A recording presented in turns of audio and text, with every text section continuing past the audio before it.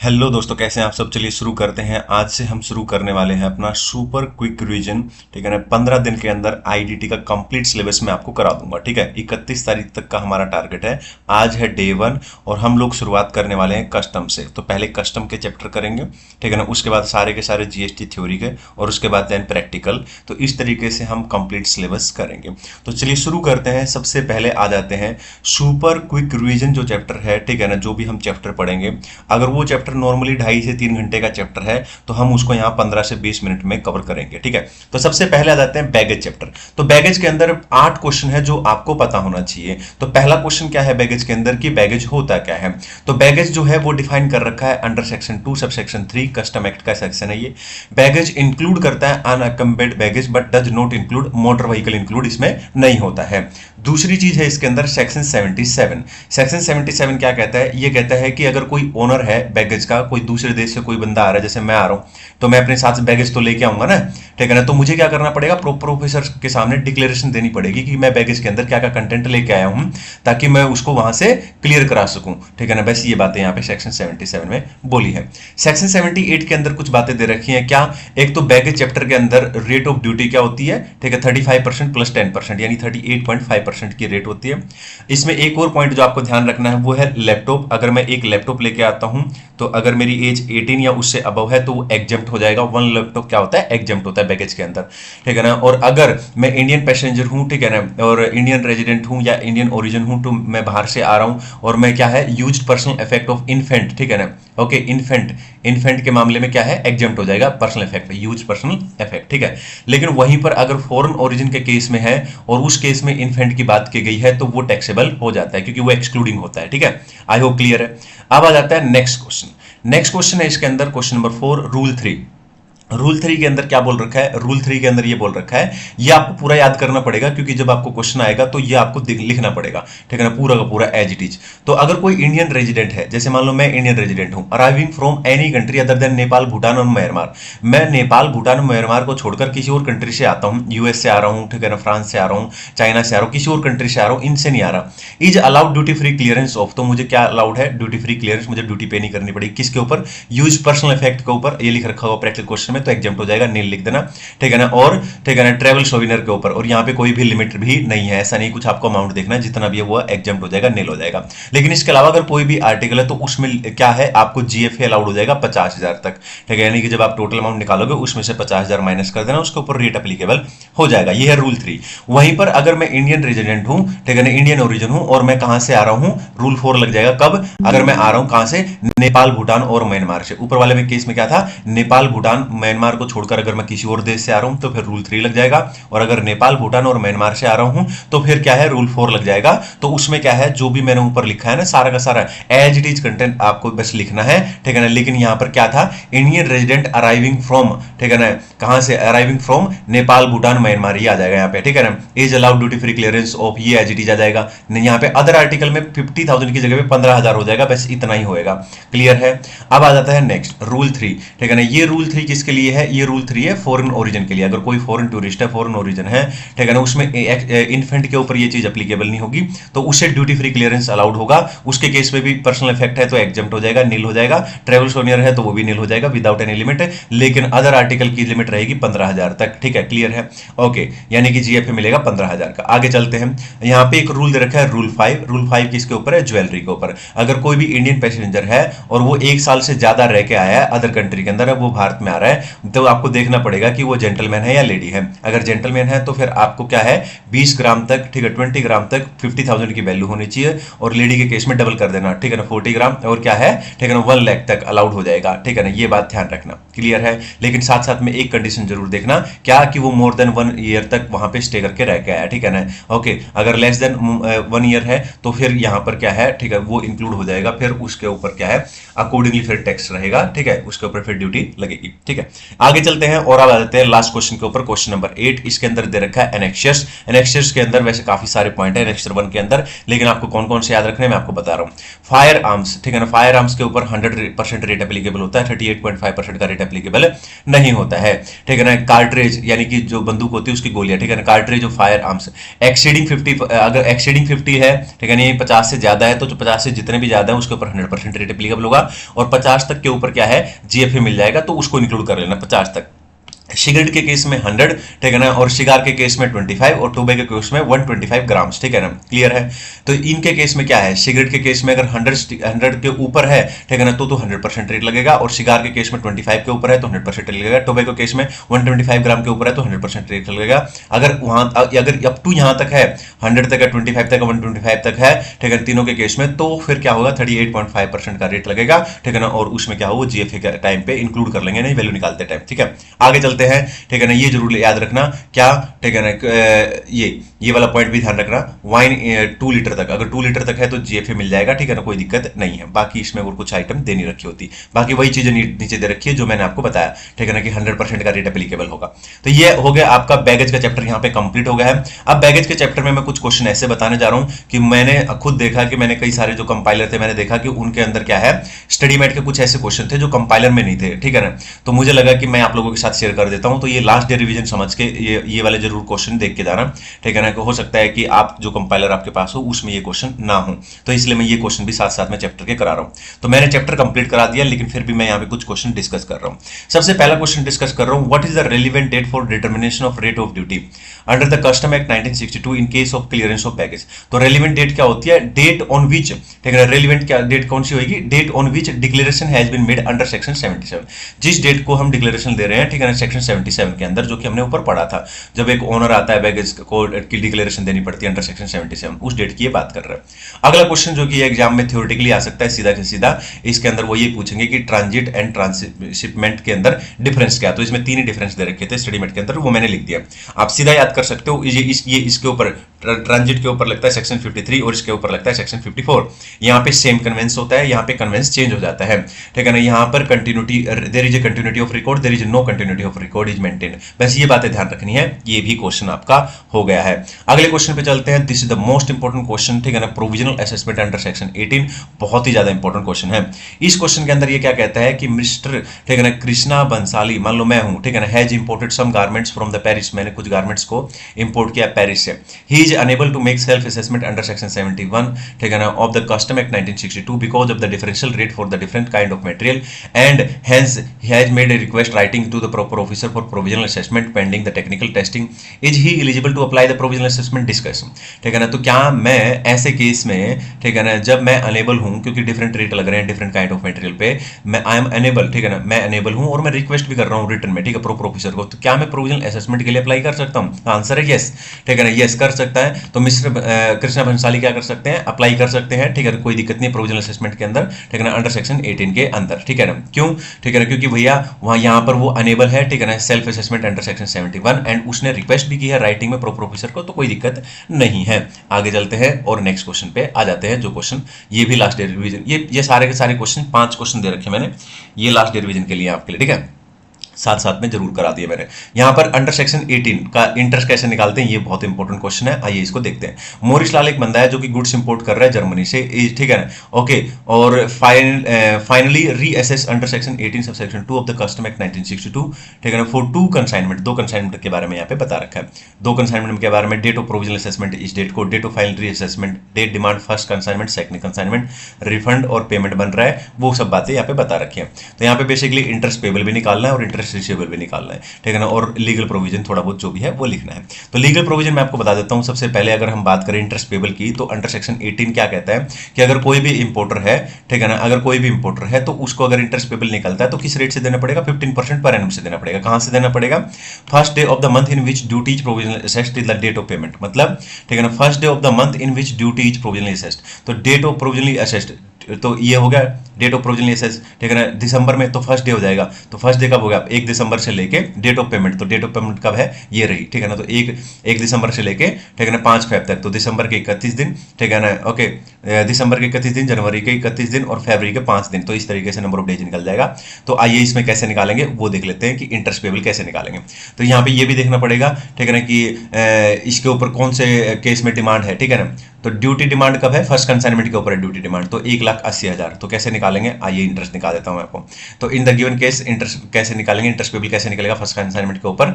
तो 1,80,000 की डिमांड है, उसके ऊपर रेट कितना है 15%, और ये नंबर ऑफ डेज कैसे निकाला, first day of the month in which duty is assessed till the date of payment, ठीक है। तो यहाँ पे क्या हो गया 31 दिसंबर, ठीक है ना, 31 जनवरी, ठीक है ना, और 5 दिन फैब के, तो ये आ गया, तो ये आ गया अमाउंट यहाँ पे क्लियर है। अब आता है इंटरेस्ट रिसीवेबल कैसे निकालेंगे, तो इंटरेस्ट रिसीवेबल निकाल लेते हैं। तो इंटरेस्ट रिसीवेबल कैसे निकालेंगे, इंटरेस्ट रिसीवेबल किस पे मिलेगा, रिफंड पे मिलेगा ना, रिफंड के केस में, रिफंड में अगर डिले है तो हमें क्या देखना पड़ेगा, date of final reassessment duty, ठीक है ना, वहां देखना पड़ेगा क्या डेट है, ठीक है ना, 2 फेब है, तो इसके विद इन 3 मंथ अगर पे कर दिया है तो there is no interest will be payable, ठीक है ना, बाय द डिपार्टमेंट, ठीक है। और लेकिन अगर 3 महीने के अंदर पे नहीं किया तो फिर इंटरेस्ट रिसीवेबल होएगा। तो यहाँ पे पहले तो यही चेक कर लेते हैं कि डेट ऑफ रिफंड क्या है 28 फेब, ठीक है ना, और डेट ऑफ फाइनल रीअसेसमेंट क्या है 2 फेब। तो 2 फेब से लेके 2 मार्च 2 अप्रैल, तो ये तो विद इन 3 मंथ आ गया, तो यहाँ पे कोई भी इंटरेस्ट डिपार्टमेंट हमें नहीं देगा, ठीक है ना। तो यही बात यहाँ पे लिख रखी होगी कि इंटरेस्ट रिसीवेबल के केस में, ठीक है ना, अगर रिफंड नहीं किया है 3 महीने के अंदर अंदर from the date of reassessment of duty, ठीक है ना, तो फिर क्या होगा, स्पेसिफाइड रेट से लेके, ठीक है ना, स्पेसिफाइड रेट लग जाएगा, ठीक है ना, ओके, डेट ऑफ रिफंड तक, कब से कब तक, डेट ऑफ रीअसेसमेंट के फ्रॉम डेट ऑफ रीअसेसमेंट के 3 महीने के बाद, ठीक है, से शुरू करेंगे डेट ऑफ रिफंड तक, ठीक है ना, ओके। तो इस केस में तो क्या है, इस केस में तो यहाँ पर क्या है 3 महीने बीते ही नहीं है, 3 महीने का टाइम ही एक्सपायर नहीं हुआ है, ठीक है। तो यहाँ पे इंटरेस्ट हमें कोई भी नहीं मिलने वाला है। आगे चलते हैं, लास्ट क्वेश्चन है, इसमें कहता है एमएस पीपले इंपोर्ट्स, ठीक है, लिमिटेड, मान लो एक कंपनी है वो इंपोर्ट कर रही है certain goods which were unloaded in custom area 1 अक्टूबर, ठीक है ना, कस्टम स्टेशन पे 1 अक्टूबर को उसको अनलोड कर दिया गया। When the order was clearance passed by the professor 5 October, ठीक है ना, it was found that there was a pilferage of such goods as the imported goods were in custom ports, ठीक है ना, as the imported goods were in custody of ports trust, तो port trust की custody में था goods, ठीक है ना, department demanded the duty from the custodian under section 45 sub section 3 of the custom act 1962 on such pilferage goods, okay, department demand कर रहा है, ठीक है ना, इस सेक्शन के अंदर, ठीक है ना। तो इस सेक्शन के अंदर जो डिमांड की जाती है डिपार्टमेंट के द्वारा, तो जो कस्टडियन होते हैं ना, दो ज़्यादा प्राइवेट कस्टडियन पर यहाँ पे जो ट्रस्ट है ना, ठीक है ना, ये अंडर सेक्शन 45 सब सेक्शन 3 के अंदर फॉलो ही नहीं करेगा, क्योंकि उसमें प्राइवेट कस्टडियन को क्या होता है ना, अप्रूवल की नीड होती है प्रिंसिपल कमिश्नर और कमिश्नर की, ठीक है। तो यहाँ पे इनके अप्रूवल की नीड है ही नहीं, तो इसलिए इनसे ये डिमांड नहीं कर सकता, ठीक है ना। हालांकि कस्टडी से डिमांड किया जा सकता है। आगे कहता है the port denied the demand containing that it was not approved custody, बिल्कुल ठीक है, ठीक है ना, and the position of the goods it was virtue of the power conferred under the major port trust act 1963, hence it is not liable for the custom duty, ठीक है। MS Pipli import has also asked the port trust to make the good loss, ठीक है ना, loss of goods के case में भी वो demand कर रहा है, ठीक है। तो यहाँ पे केस लो के रेफरेंस भी देनी है और इसका आंसर देना।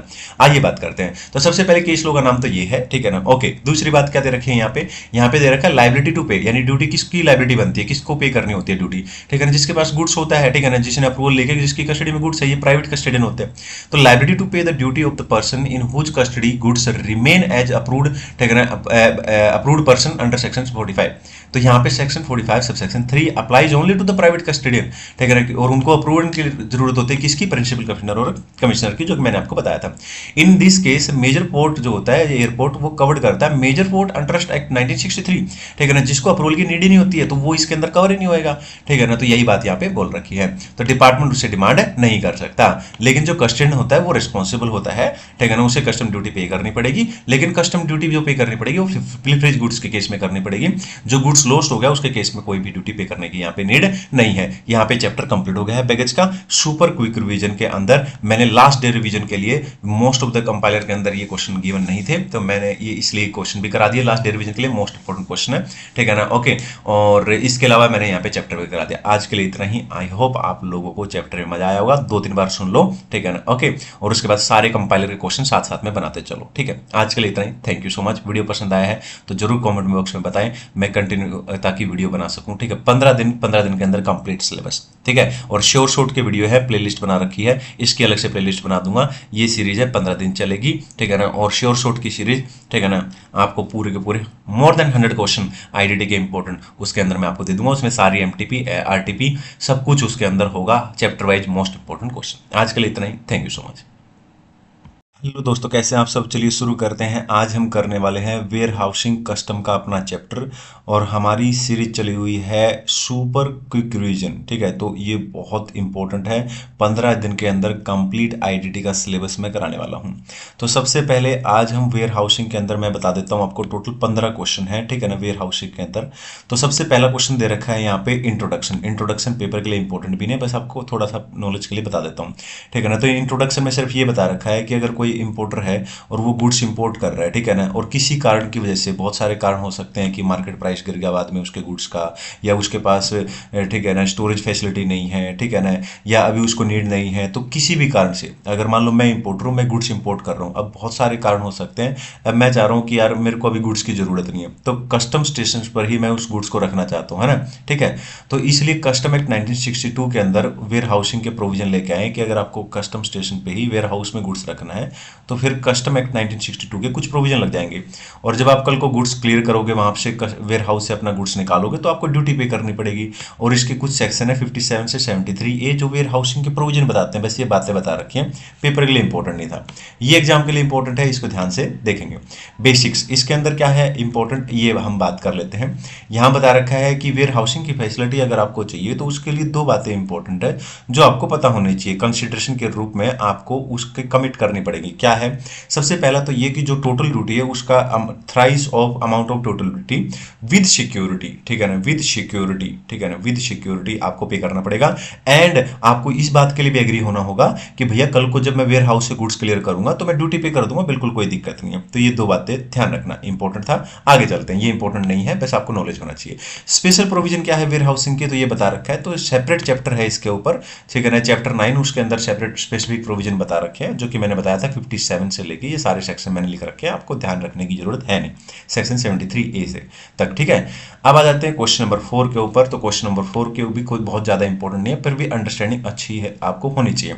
Types of warehouse. अब हमने बात की कि अगर मैं as a importer goods import कर रहा हूँ और मैं सोच रहा हूँ कि यार कस्टम मेरे को अभी गुड्स की नीड नहीं है, मैं सोच रहा हूँ वेयर हाउस में रख दूँ, तो कौन से वेयर हाउस में रखूँ, क्योंकि कई तरीके के वेयर हाउस होते हैं। तो वेयर हाउस कौन कौन से हो सकते हैं भैया, ठीक है ना, जैसे public warehouse under section 57, private warehouse 58, ठीक है ना, special warehouse under section 58A।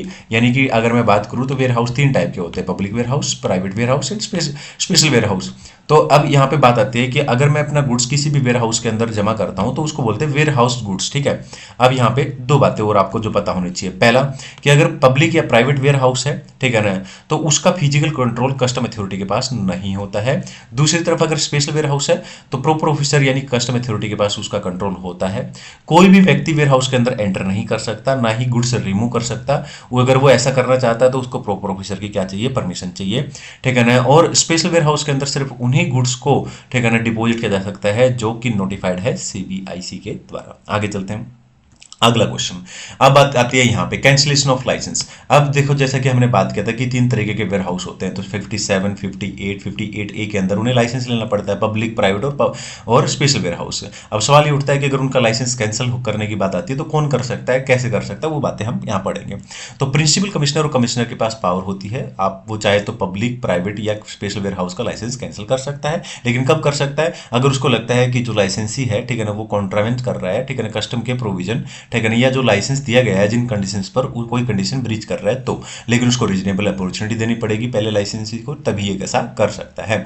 इसके अलावा सवाल ये उठता है कि मान लो लाइसेंस कैंसिल होगा तो उसके बाद क्या, ठीक है ना, तो लाइसेंस कैंसिल होगा तो उसके बाद जो भी गुड्स रखा है जिस वेयर हाउस के अंदर, वो दूसरे वेयर हाउस के अंदर या तो ट्रांसफर कर दिया जाएगा, ठीक है ना, या फिर उसको होम कंजम्पशन के लिए क्लियर करा लिया जाएगा, या उसको एक्सपोर्ट कर दिया जाएगा वहीं से, ठीक है ना। आई होप क्लियर है। अब यहाँ पे सवाल ये उठता है कि 7 दिन के अंदर अंदर, जैसे ही कैंसिल होता है 7 दिन के अंदर अंदर आपको अपना गुड्स वेयर हाउस से रिमूव करना पड़ेगा। आगे चलते हैं, warehousing bond, very extreme important, extreme important, very very important. Warehousing bond क्या होता है दोस्तों, जैसे कि मान लो मैं इंपोर्टर हूं और मैं चाहता हूं कि अपना गुड्स मैं, ठीक है ना, किसी वेयर हाउस के अंदर रख दूं और मुझे कस्टम ड्यूटी भी पे नहीं करनी पड़ी, तो वेयर हाउसिंग बॉन्ड यानी कि मुझे एक क्या करना पड़ेगा, एक बॉन्ड भर के देना पड़ेगा, ठीक है, ताकि कि गवर्नमेंट को किसी तरीके का रिवेन्यू का जो गवर्नमेंट होता है, गवर्नमेंट का रिवेन्यू, उसको किसी तरीके का कोई, ठीक है, रिस्क ना हो, यानी कि कल को पता लगे मैं ड्यूटी नहीं धर रहा है, कुछ भी ऐसी चीज है, ठीक है। तो वही बात यहाँ पे बता रखी है कि अगर कोई इंपोर्टर है और वो चाहता है कि विदाउट कस्टम ड्यूटी पे किए वो अपना वेयर हाउस में गुड्स रखना चाहता है, तो उसको क्या करना पड़ेगा, ठीक है ना, एक एग्जीक्यूट करना पड़ेगा क्या, बॉन्ड, ताकि कि जो गवर्नमेंट का रेवेन्यू है, ठीक है ना, उसका रिस्क कम हो जाए, गवर्नमेंट को कोई दिक्कत ना हो। ठीक है, यहाँ पे दो तरीके के बॉन्ड बताए गए हैं दोस्तों, एक है कंसाइनमेंट बॉन्ड और एक है जर्नल बॉन्ड। तो सबसे पहले हम बात करते हैं कंसाइनमेंट बॉन्ड। कंसाइनमेंट बॉन्ड क्या होता है, जो कि एक पर्टिकुलर कंसाइनमेंट के ऊपर होता है। इसमें क्या होता है, जो टोटल ड्यूटी है उसका थ्राइस और विद सिक्योरिटी आपको पे करना पड़ता है। जर्नल बॉन्ड क्या होता है कि एसी और डीसी यानी असिस्टेंट कमिश्नर और डेप्यूटी कमिश्नर किसी भी इंपोर्टर को परमिशन दे सकते हैं कि भैया आप एक जर्नल बॉन्ड भी एग्जीक्यूट कर सकते हैं उतने अमाउंट का जितना वो अप्रूव करें। ठीक है, आगे चलते हैं। अब हम यहाँ पे पढ़ रहे हैं बेकार की बात, ठीक है, खामखाई का कोई मतलब नहीं है। Permission for removal of goods for deposit in warehouse, इसका मतलब क्या होता है कि जैसे ही मैं मान लो इंपोर्टर हूं, जैसे ही मैंने बॉन्ड और सिक्योरिटी दे दी है, ठीक है, ओके, तो प्रोपर ऑफिसर को लगा भैया इसने बॉन्ड भी भर दिया है, सिक्योरिटी भी दे दी, कोई दिक्कत नहीं है, तो प्रोपर ऑफिसर ऑर्डर दे देगा कि भैया अब अपना गुड्स क्या है आप वेयर हाउस में रख सकते हो, डिपॉजिट कर सकते हो। ये मोस्ट इंपोर्टेंट क्वेश्चन है इस चैप्टर का, बेस्ट क्वेश्चन, सेक्शन 61, ठीक है ना। सेक्शन 61 क्या कहता है, period for which goods may be remain in warehouse, मतलब इसको बोलते हैं warehousing period. Warehousing period का मतलब होता है दोस्तों, ठीक है ना, कि एज ए इंपोर्टर, जो इंपोर्टर होता है वो अपना गुड्स जो उसने इंपोर्ट किया है, ठीक है ना, वो वेयर हाउस में रख रहा है विदाउट पेमेंट ऑफ ड्यूटी, जितने टाइम के लिए वो रख रहा है वो वेयर हाउसिंग पीरियड होता है। ठीक है ना, तो यहाँ पे दो बातें बोली गई है। पहला तो बात ये बोली गई है कि वे वेयर हाउस जहां पर मैन्युफैक्चर और अदर ऑपरेशन परमिट है अंडर सेक्शन 65, ठीक है ना, उस केस में क्या होगा, उस केस में वेयर हाउसिंग पीरियड क्या होगा, उस केस में वेयर हाउसिंग पीरियड देखना पड़ेगा कि क्या वो कैपिटल गुड्स है या कैपिटल गुड्स के अलावा कोई गुड्स है। अगर कैपिटल गुड्स है तो टिल देयर एक्स बॉन्डिंग, अगर अदर देन कैपिटल गुड्स है तो टिल देयर एक्स बॉन्डिंग या टिल देयर, ठीक है ना, कंजम्पशन तक हो सकता है। लेकिन अदर केस है तो 1 ईयर का टाइम होगा from the date of order, इसके अलावा अगर कोई और है, ठीक है, तो 1 ईयर का टाइम होगा।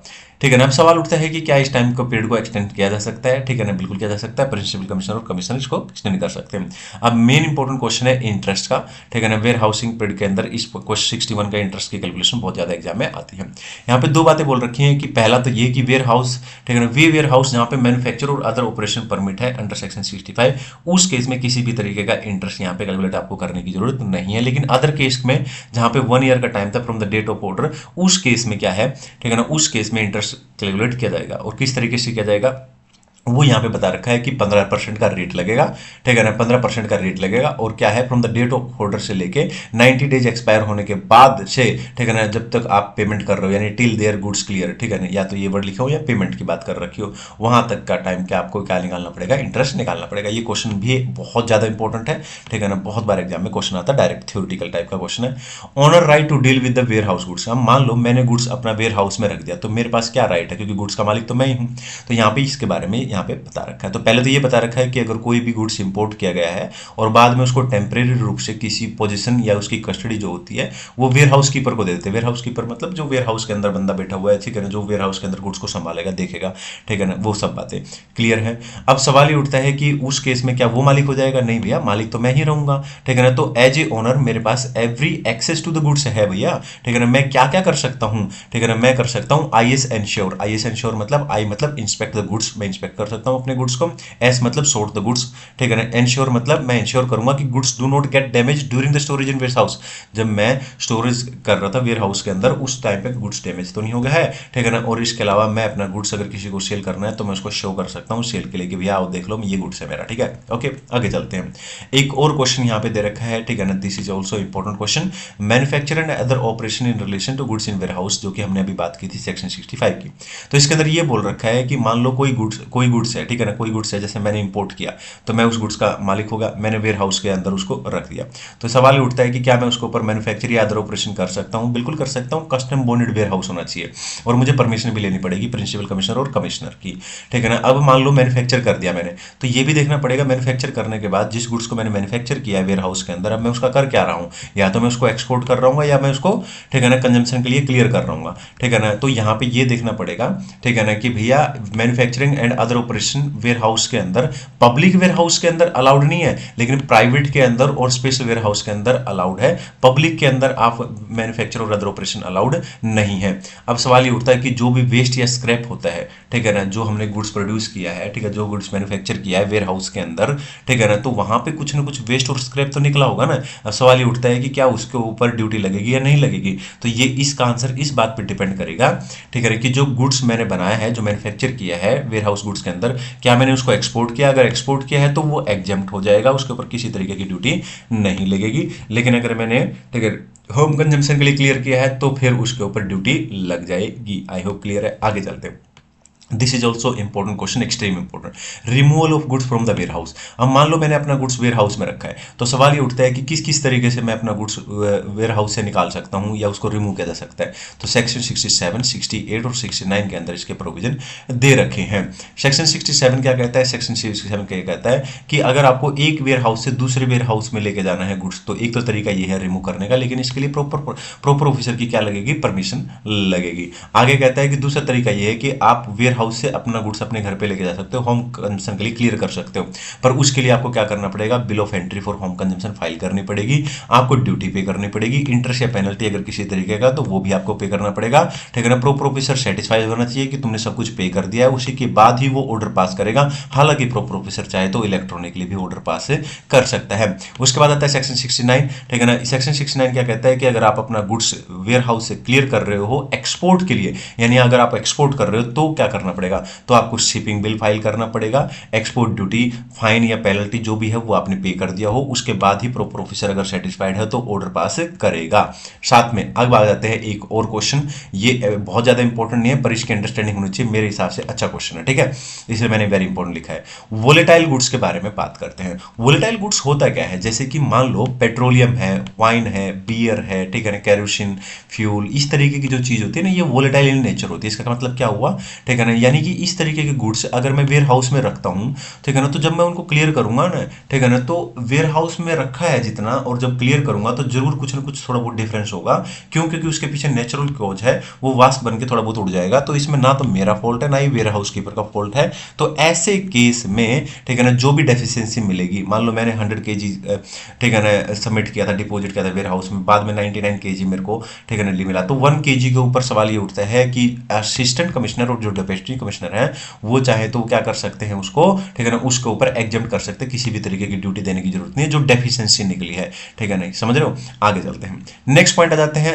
Extreme important question, importer removal of goods from the warehouse. अब सवाल ये उठता है, ठीक है ना, कि अगर गुड्स को इम्प्रॉपर, सॉरी मैं दोबारा बोल देता हूं, पर इंपोर्टर बोल दिया मैंने, improper removal of goods from the warehouse. अब वेयर हाउस से अगर मैं गुड्स रिमूव कर रहा हूं तो सेक्शन 71 और 72 ये कहते हैं, पहले तो सेक्शन 71 पढ़ते हैं। सेक्शन 71 ये कहता है कि भैया मैं बता रहा हूं ना, जैसे अगर वैसे गुड्स रिमूव किया तो ठीक है, इसके अलावा किया तो वो मना है, ठीक है। तो यही बात यहाँ पे बोल रखा है, prohibited removal of warehouse goods except, ये कह रहा है कि इस तरीके से करोगे तो ठीक है, बाकी के तरीके मना है, ठीक है ना। सेक्शन 71 ये कह रहा है कैसे कैसे, अगर आप होम कंजम्पशन के लिए क्लियर कर रहे हो तो कोई दिक्कत नहीं है, एक्सपोर्ट क्लियर कर रहे हो कोई दिक्कत नहीं है, एक वेयर हाउस से दूसरे में जेल के जा रहे हो कोई दिक्कत नहीं है, या कस्टम एक्ट के हिसाब से कर रहे हो तो भी कोई दिक्कत नहीं है, इसके अलावा किसी तरीके से रिमूव कर रहे हो तो वो इम्प्रॉपर रिमूवल माना जाएगा। सेक्शन 72 के बता रहा है कौन कौन से केसेस हैं, कौन कौन से सर्कमस्टांसेस है जिसमें इम्प्रॉपर रिमूवल माना जाएगा अगर आप अपना गुड्स निकालते हो वेयर हाउस से। पहला, where any warehouse goods are remove from the warehouse in contravention of section 71, यानी कि सेक्शन 71 ब्रीच करके अपना गुड्स वेयर हाउस किया है तो भी वो इम्प्रॉपर रिमूवल माना जाएगा। या फिर सेक्शन 61 के अंदर टाइम पीरियड जो दे रखा था उतने दिन टाइम पीरियड के अंदर अपना गुड्स रिमूव नहीं किया है वेयर हाउस से तो भी इम्प्रॉपर रिमूवल माना जाएगा। या फिर where any goods in respect of which bond has been executed under section 59, ठीक है ना, और एंड आपने उस गुड्स को या तो होम कंजम्पशन के लिए क्लियर नहीं किया है या आपने एक्सपोर्ट नहीं किया था तो भी इम्प्रॉपर रिमूवल माना जाएगा। आगे चलते हैं, cancellation of warehouse bond, तो वेयर हाउस बॉन्ड को कौन कैंसिल कर सकता है? प्रॉपर ऑफिसर, बस इतना ही ध्यान रखना। आगे चलते हैं, बेकार की बात थी। अब यहाँ पे आ जाता है एक और question, custody and removal of warehouse goods. अब देखो मान लो मैं इंपोर्टर हूँ, मैंने गुड्स को क्या किया? इंपोर्ट किया, ठीक है ना। अब मैं क्या कर रहा हूँ, मैं उसको, ठीक है ना, वेयर हाउस के अंदर, ठीक है ना, डिपॉजिट कर रहा हूँ। तो क्या होगा, जो भी वेयर हाउस के अंदर मैंने डिपॉजिट किया है तो वो वेयर हाउस यानी कि लाइसेंसी क्या करेगा, ठीक है ना, एक वेयर हाउस कीपर को अपॉइंट करेगा, ठीक है ना, ओके, वो उसका इंचार्ज होगा, क्या होगा, उसका इंचार्ज होगा, उसकी देखरेख करेगा, ठीक है ना। वेयर हाउस कीपर उसके सारे रिकॉर्ड मेंटेन करेगा, एटलीस्ट कम से कम 5 साल तक वो रिकॉर्ड मेंटेन करेगा, ठीक है ना। वेयर हाउस कीपर ही क्या कहलाता है? कस्टोडियन कहलाएगा वेयर हाउस गुड्स का। ये बातें यहाँ पे बता रखी है। आगे चलते हैं, अब ये एक क्वेश्चन दे रखा है लास्ट डे रिवीजन के लिए, एक्सट्रीम इंपॉर्टेंट, जो कि पिछली बार अटेम्प्ट में आया भी था पेपर में, ठीक है ना। ओके, यहाँ पे क्या कहता है कि मान लो एक व्यक्ति जिसका नाम एक्स, मान लो मैं ही हूँ, ठीक है ना, मैंने क्या किया है, इंपोर्टर, ठीक है ना, imported the same goods and deposited them in the warehouse 12 April, 12 April को, ठीक है ना, मैंने डिपॉजिट कर दिया है गुड्स को। These goods are re export, ठीक है, without payment of duty on 15 August, ठीक है ना, किसी तरीके की कोई ड्यूटी पे नहीं की है, वहीं से मैंने क्या कर दिया, री एक्सपोर्ट कर दिया है। With reference to the custom act 1962, ठीक है ना, discuss whether any interest under section 61, ठीक है ना, is payable by the X. भैया बिल्कुल भी नहीं, क्यों? क्योंकि मैंने ड्यूटी पे नहीं की है। इंटरेस्ट तो तब पेबल होता है ना जब ड्यूटी पे निकलता हो, जब ड्यूटी नील है तो इंटरेस्ट पेबल की तो बात ही नहीं उठती। तो ये बात यहाँ पे है, ठीक है ना, तो यही बात यहाँ पे बोल रखी है, मुझे किसी तरीके का इंटरेस्ट पे करने की जरूरत नहीं है। पहले 61 की प्रोविजन लिख देना, ठीक है ना, कि भैया इंटरेस्ट पेबल का रेट क्या है, कब से कब तक निकालना होता है, ये प्रोविजन लिखते हुए उसके बाद केस लॉ का नाम लिख देना, ठीक है ना, और उसके बाद बता देना, ठीक है ना, कि भैया इंटरेस्ट इस बात पे डिपेंड करता है कि ड्यूटी पे की या नहीं की है। जब ड्यूटी नील है तो इंटरेस्ट भी नील रहेगा, तो यहाँ पे मुझे कुछ भी देने की जरूरत है नहीं है। चैप्टर खत्म होगा। आई होप आपको पसंद आ रहा होगा, ठीक है ना। मैंने अपना टारगेट बनाया कि 15 दिन के अंदर कंप्लीट आईडीटी का सिलेबस मैं आपको करा दूंगा। सुपर क्विक रिवीजन चल रहा है दोस्तों, ठीक है ना। इससे आपको लास्ट डे के टाइम पे भी आपको बहुत हेल्प मिलेगी। आप चाहो तो, ठीक है ना, पूरा का पूरा अच्छे से रिवीजन कर सकते हो, अभी आपके पास टाइम है, ठीक है, ओके। और आपको बस एक काम करना है, जैसे ही चैप्टर खत्म होता है, ठीक है ना, मोस्ट इंपोर्टेंट क्वेश्चन साथ साथ में मैंने अपने नोट्स पे लिख भी रखा है कि कौन सा एग्जाम के लिए इंपॉर्टेंट है। मैं सारे नोट्स टेलीग्राम चैनल पे शेयर कर दूंगा। आपको बस करना है कि किसी भी टीचर का एक कंपाइलर लें, उस कंपाइलर को आपको अपने पास से बनाना है। कोशिश करूंगा कि डेली के 2-2, 3-3 चैप्टर मैं अपलोड करूं, ठीक है ना। तो आज का ये दूसरा चैप्टर है जो मैं अपलोड करने जा रहा हूं। आज के लिए इतना ही, थैंक यू सो मच। अगर पसंद आए तो कमेंट बॉक्स में जरूर बताएं, ठीक है ना। और शॉर्ट वीडियो जरूर देखें, 100 से 150 क्वेश्चन डालूंगा, उसमें से बहुत सारे क्वेश्चन आपके एग्जाम सितंबर 25 के अंदर आने वाले हैं। Thank you so much. Hello दोस्तों, कैसे आप सब? चलिए शुरू करते हैं। आज हम सुपर क्विक रिवीजन के अंदर जो हमारी सीरीज चली हुई है उसमें कस्टम का टाइप्स ऑफ ड्यूटी जो चैप्टर है अपना वो कंप्लीट करेंगे। तो चलिए शुरू करते हैं। इस चैप्टर के अंदर टोटल 10 क्वेश्चन हैं, वेरी वेरी एक्सट्रीम इंपॉर्टेंट। जो भी पेपर के लिए इंपॉर्टेंट होगा वहां पे हम टाइम पे लगाएंगे और मैं आपको बताऊंगा भी कि this question is extreme important for exam. सबसे पहला क्वेश्चन आता है बेसिक कस्टम ड्यूटी क्या होता है। तो बेसिक कस्टम ड्यूटी यहाँ पर 2 सेक्शन के अंदर, सेक्शन 12, ठीक है, कस्टम एक्ट, और सेक्शन 2 कस्टम टैरिफ एक्ट के अंदर बात की गई है। इसमें क्या आपको करना है, सबसे पहले आ जाते हैं बेसिक कस्टम ड्यूटी का जो स्टैंडर्ड रेट होता है वो होता है 10%, जो कि आपको पता भी होगा। इसमें जो एग्जाम में सबसे ज्यादा इंपॉर्टेंट क्वेश्चन होता है यहाँ पे वो ये है जो आपको करके ही जाना है, ठीक है ना। प्रेफरेंशियल रेट ऑफ ड्यूटी क्या होता है और इसके अंदर कौन कौन सी कंडीशन है जो इंपोर्टर को, ठीक है ना, फुलफिल करनी होती है। मान लो मैं इंपोर्टर हूं, मैं कोई गुड्स इंपोर्ट कर रहा हूं ऐसे एरिया से, ठीक है ना, जो कि सेंट्रल गवर्नमेंट के द्वारा नोटिफाइड है कि भैया ये एरिया प्रेफरेंशियल एरिया है।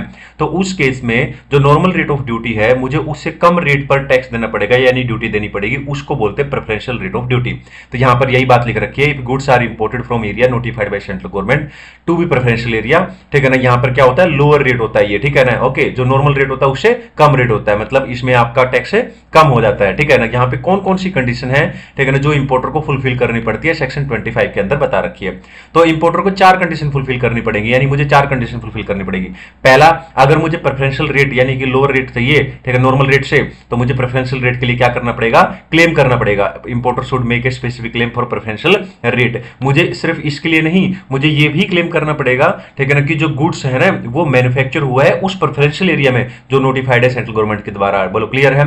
और जो एरिया है, जिस एरिया से मैं गुड्स इंपोर्ट कर रहा हूं, वो एरिया कौन सा होना चाहिए, नोटिफाइड होना चाहिए। नोटिफाइड का मतलब, ठीक है ना, under section 4 subsection 3 of custom tariff act का जो है, ठीक है ना, उसके अंदर प्रेफरेंशियल एरिया कहलाना चाहिए वो। तो उस एरिया से मैंने गुड्स क्या है इंपोर्ट किया हो। ओरिजिन ऑफ गुड्स कहां पे हुआ, ओरिजिन किसके हिसाब से डिटरमाइन करेंगे, ओरिजिन डिटरमाइन करेंगे अंडर सेक्शन 4 सबसेक्शन 2, ठीक है ना, जो कि कस्टम टैरिफ एक्ट का सेक्शन है, उसके अंदर जो रूल गिवन होंगे वहां उनके हिसाब से हम यहां पर वो करेंगे, ठीक है, क्लियर है, डिटरमाइन करेंगे। अब यहां पर ये क्वेश्चन आपका इंपॉर्टेंट हो जाता है। तो पहला क्वेश्चन क्या था आपका, मैं आपको दोबारा दिखा देता हूं। रेट, पहला क्वेश्चन कहां पे, ये रहा, ठीक है। पहला क्वेश्चन आपका बेसिक कस्टम ड्यूटी। तो बेसिक कस्टम ड्यूटी के अंदर एग्जाम के लिए मोस्ट इंपोर्टेंट चीज क्या बनी, तो यहां पर एक क्वेश्चन है, ठीक है ना, जो कि मोस्ट इंपोर्टेंट बना है, वो आपको करके जाना है। कौन सा क्वेश्चन, ये वाला क्वेश्चन करके जाना है। प्रेफरेंशियल रेट ऑफ ड्यूटी क्या होता है और कौन कौन सी कंडीशन इंपोर्टर को फुलफिल करनी पड़ती है।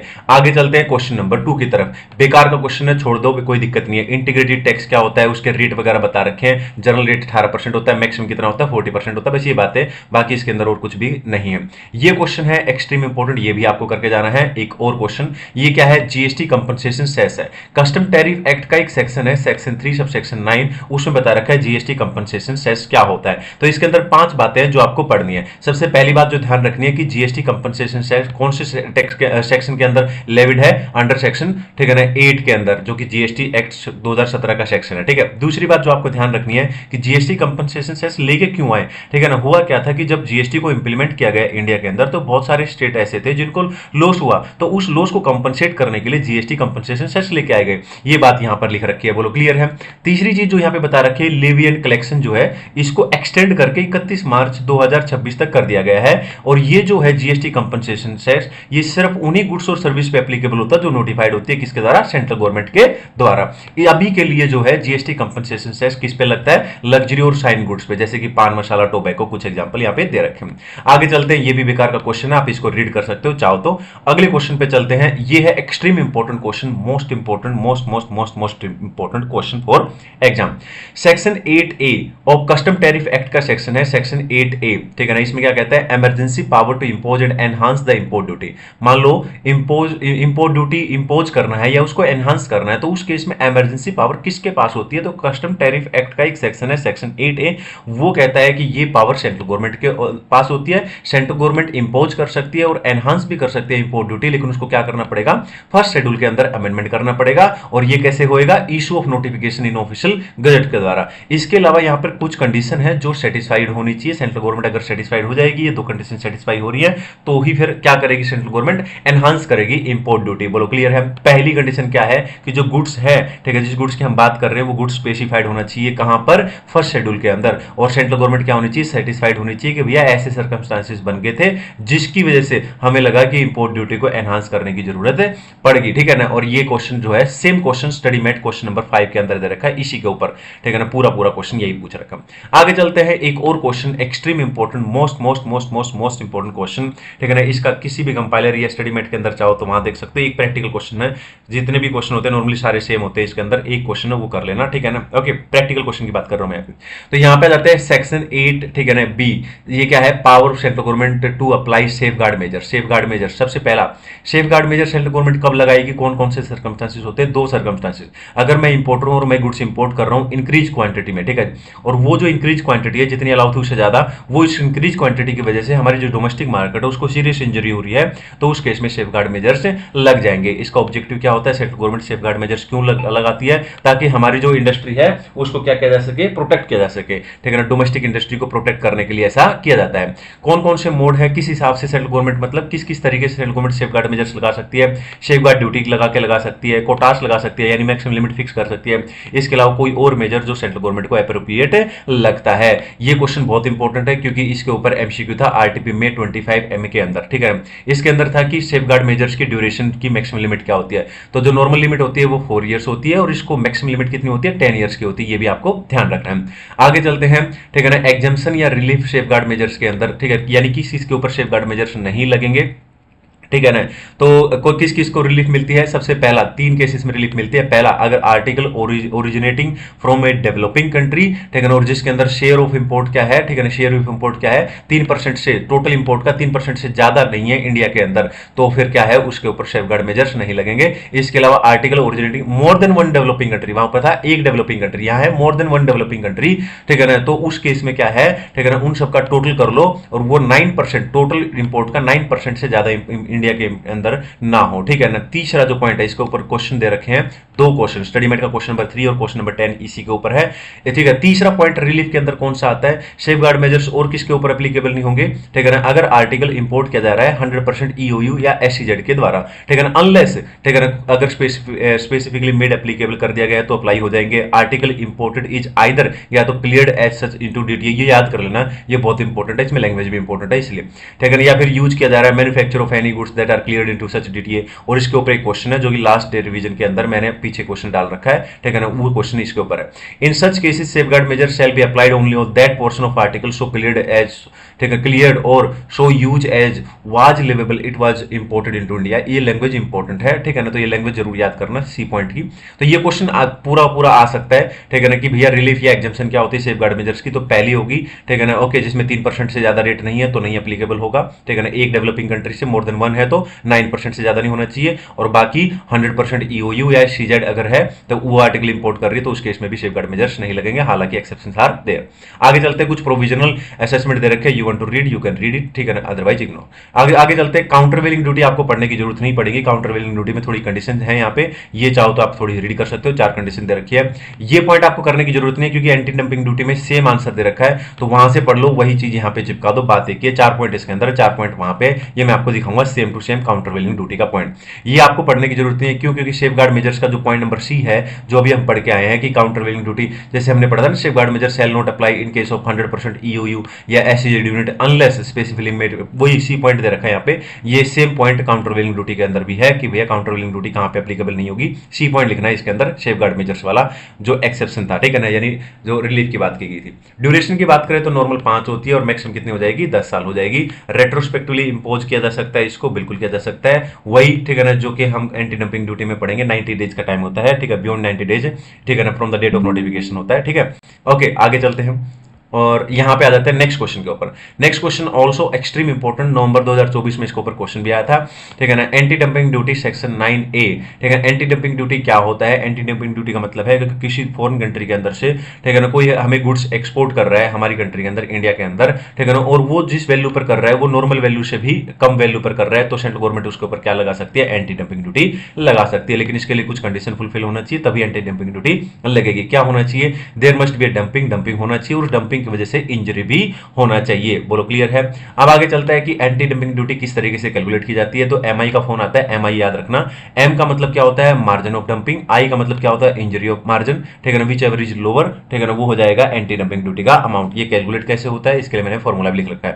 मार्जिन ऑफ डंपिंग ड्यूटी, ठीक है ना, मार्जिन ऑफ डंपिंग या इंजरी मार्जिन कैसे निकालते हैं, ठीक है ना, ये दोनों को के अंदर याद रखना, प्राइस है, प्राइस का मतलब है यहाँ पे एक्सपोर्ट प्राइस है और यहाँ पे सेलिंग प्राइस जो इंडिया के अंदर है, और इन दोनों के अंदर अगर आप देखोगे तो वैल्यू है, यहाँ पर लैंडेड वैल्यू है और यहाँ पर जो वैल्यू है वो नॉर्मल वैल्यू है, जो कि अभी हम पीछे बात कर रहे थे एक्सपोर्टिंग कंट्री की, ठीक है ना, क्लियर है? तो इसके ऊपर एक क्वेश्चन जरूर बना लेना प्रैक्टिकल। ओके, यहाँ पे हालांकि कुछ चीजें डिफाइन कर रखी है, इनकी आपको नीड नहीं पड़ेगी। ये जो क्वेश्चन मैं अभी बात करके आया था वही क्वेश्चन जो काउंटरवेलिंग ड्यूटी में था, सेम क्वेश्चन यहाँ पे दे रखा है। Central government on such inquiry as it may consider necessary is of the opinion that circumvention of the anti dumping duty has taken place either of the following ways. ये चीज आपको लिखी मिलेगी, आप समझ जाओगे कि भैया इसके अंदर क्या लिखना है एंटी डंपिंग ड्यूटी के बारे में, ठीक है। अगर काउंटरवेलिंग ड्यूटी लिख रखा है इसके अंदर, ठीक है ना, तो भी ये सेम बातें लिखनी है। क्या है?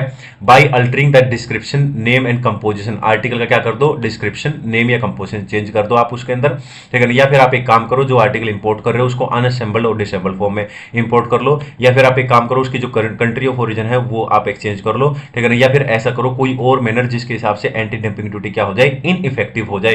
तो ये 4 चीजें हैं जो आपको ध्यान रखनी है। स्टडीमेट का क्वेश्चन नंबर 2 इसी के ऊपर है दोस्तों। आगे चलते हैं, ठीक है ना। उसके बाद आता है non applicability of anti dumping duty. तो जो सेफगार्ड मेजर्स के अंदर पॉइंट नंबर सी पड़ा था वही यहाँ पर सेम टू सेम पॉइंट है, ठीक है ना, आप देख सकते हो, ठीक है ना, एंटी वही काउंटरवेलिंग ड्यूटी में था वही उसके अंदर था, ठीक है ना, लेकिन सेफगार्ड मेजर्स के अंदर 3 पॉइंट थे, एक ए, बी और सी, लेकिन सी वाला पार्ट काउंटरवेलिंग ड्यूटी में भी है, सेफगार्ड मेजर्स में भी है और एंटी डंपिंग ड्यूटी में भी है। वही यहाँ पे सेम टू सेम इन्होंने चिपका रखा है, ठीक है, आप देख सकते हो, लैंग्वेज भी बिल्कुल सेम है। अब यहाँ पे एक और क्वेश्चन है जो एक्सट्रीम इंपॉर्टेंट है, स्टडी मेट का क्वेश्चन नंबर 8 बहुत ज्यादा इंपॉर्टेंट है।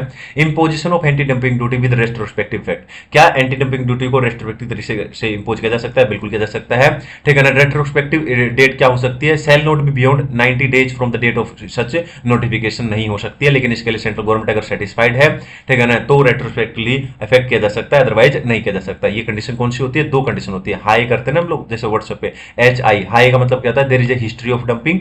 आई का मतलब क्या होता है? Injury is caused by massive dumping. बाकी आप थोड़ा बहुत याद कर सको कर लो, ठीक है। आगे चलते हैं, एक और क्वेश्चन है यहाँ पे एंटी डंपिंग ड्यूटी के अंदर most important question, section 9AA का। ये सेक्शन 9AA है जो है, ये कस्टम टैरिफ एक्ट 1975 का सेक्शन है। इसके अंदर है refund of anti dumping duty. अगर रिफंड कब बनेगा एंटी डंपिंग ड्यूटी का।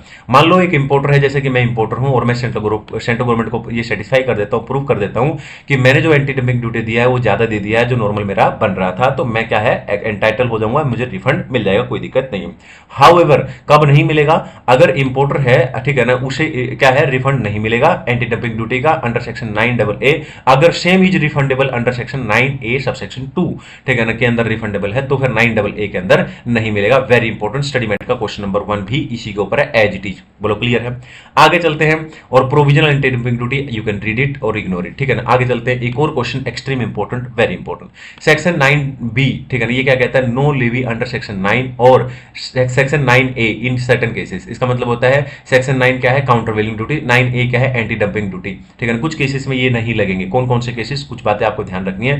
पहला, no article shall be subject to both countervailing duty and anti dumping duty to compensate for the same situation of dumping. यानी अगर सेम सिचुएशन है तो इसका मतलब ये नहीं है, ठीक है ना, कि आप उसके ऊपर एंटी डंपिंग ड्यूटी या काउंटरवेलिंग ड्यूटी लगा दोगे, ठीक है ना, कंपनसेट करने के लिए आप ऐसा नहीं कर सकते। काउंटरवेलिंग ड्यूटी और एंटी डंपिंग ड्यूटी कब नहीं लगेंगे, ठीक है ना, इसलिए नहीं लगेंगे क्योंकि आप कह रहे हो कि जस्ट बिकॉज, क्योंकि भैया, ठीक है ना, वो जिस कंट्री के अंदर वो प्रोडक्ट जो गुड्स है ओरिजिन है, ठीक है ना, वहां पे वो एग्जाम्प्ट है, इसलिए हम इसको लगा रहे हैं, ऐसा नहीं हो सकता। आगे कहता है, ठीक है ना, कि काउंटरवेलिंग ड्यूटी और एंटी ड्यूटी वहां भी नहीं लगेंगे, ठीक है ना, कहां पे, ठीक है ना, अगर आप गुड्स इंपोर्ट कर रहे हो मेंबर कंट्री किसका, WTO, और या फिर ऐसी कंट्री से जो कि इंडिया की गवर्नमेंट जो है उसका मोस्ट फेवरेट नेशन है वो, तो वहां से भी नहीं लगेंगे अनलेस, ठीक है ना, अगर आप ये प्रूव कर देते तो लग जाएंगे। क्या कि भैया, ठीक है ना, जो इंपोर्ट किया गया है आर्टिकल, ठीक है ना, उसकी वजह से क्या हो रहा है, जो इंडिया की इंडस्ट्री है, ठीक है ना, उसको मेटेरियल इंजरी हो रही है, ठीक है ना, तो लग जाएगा, कोई दिक्कत नहीं है।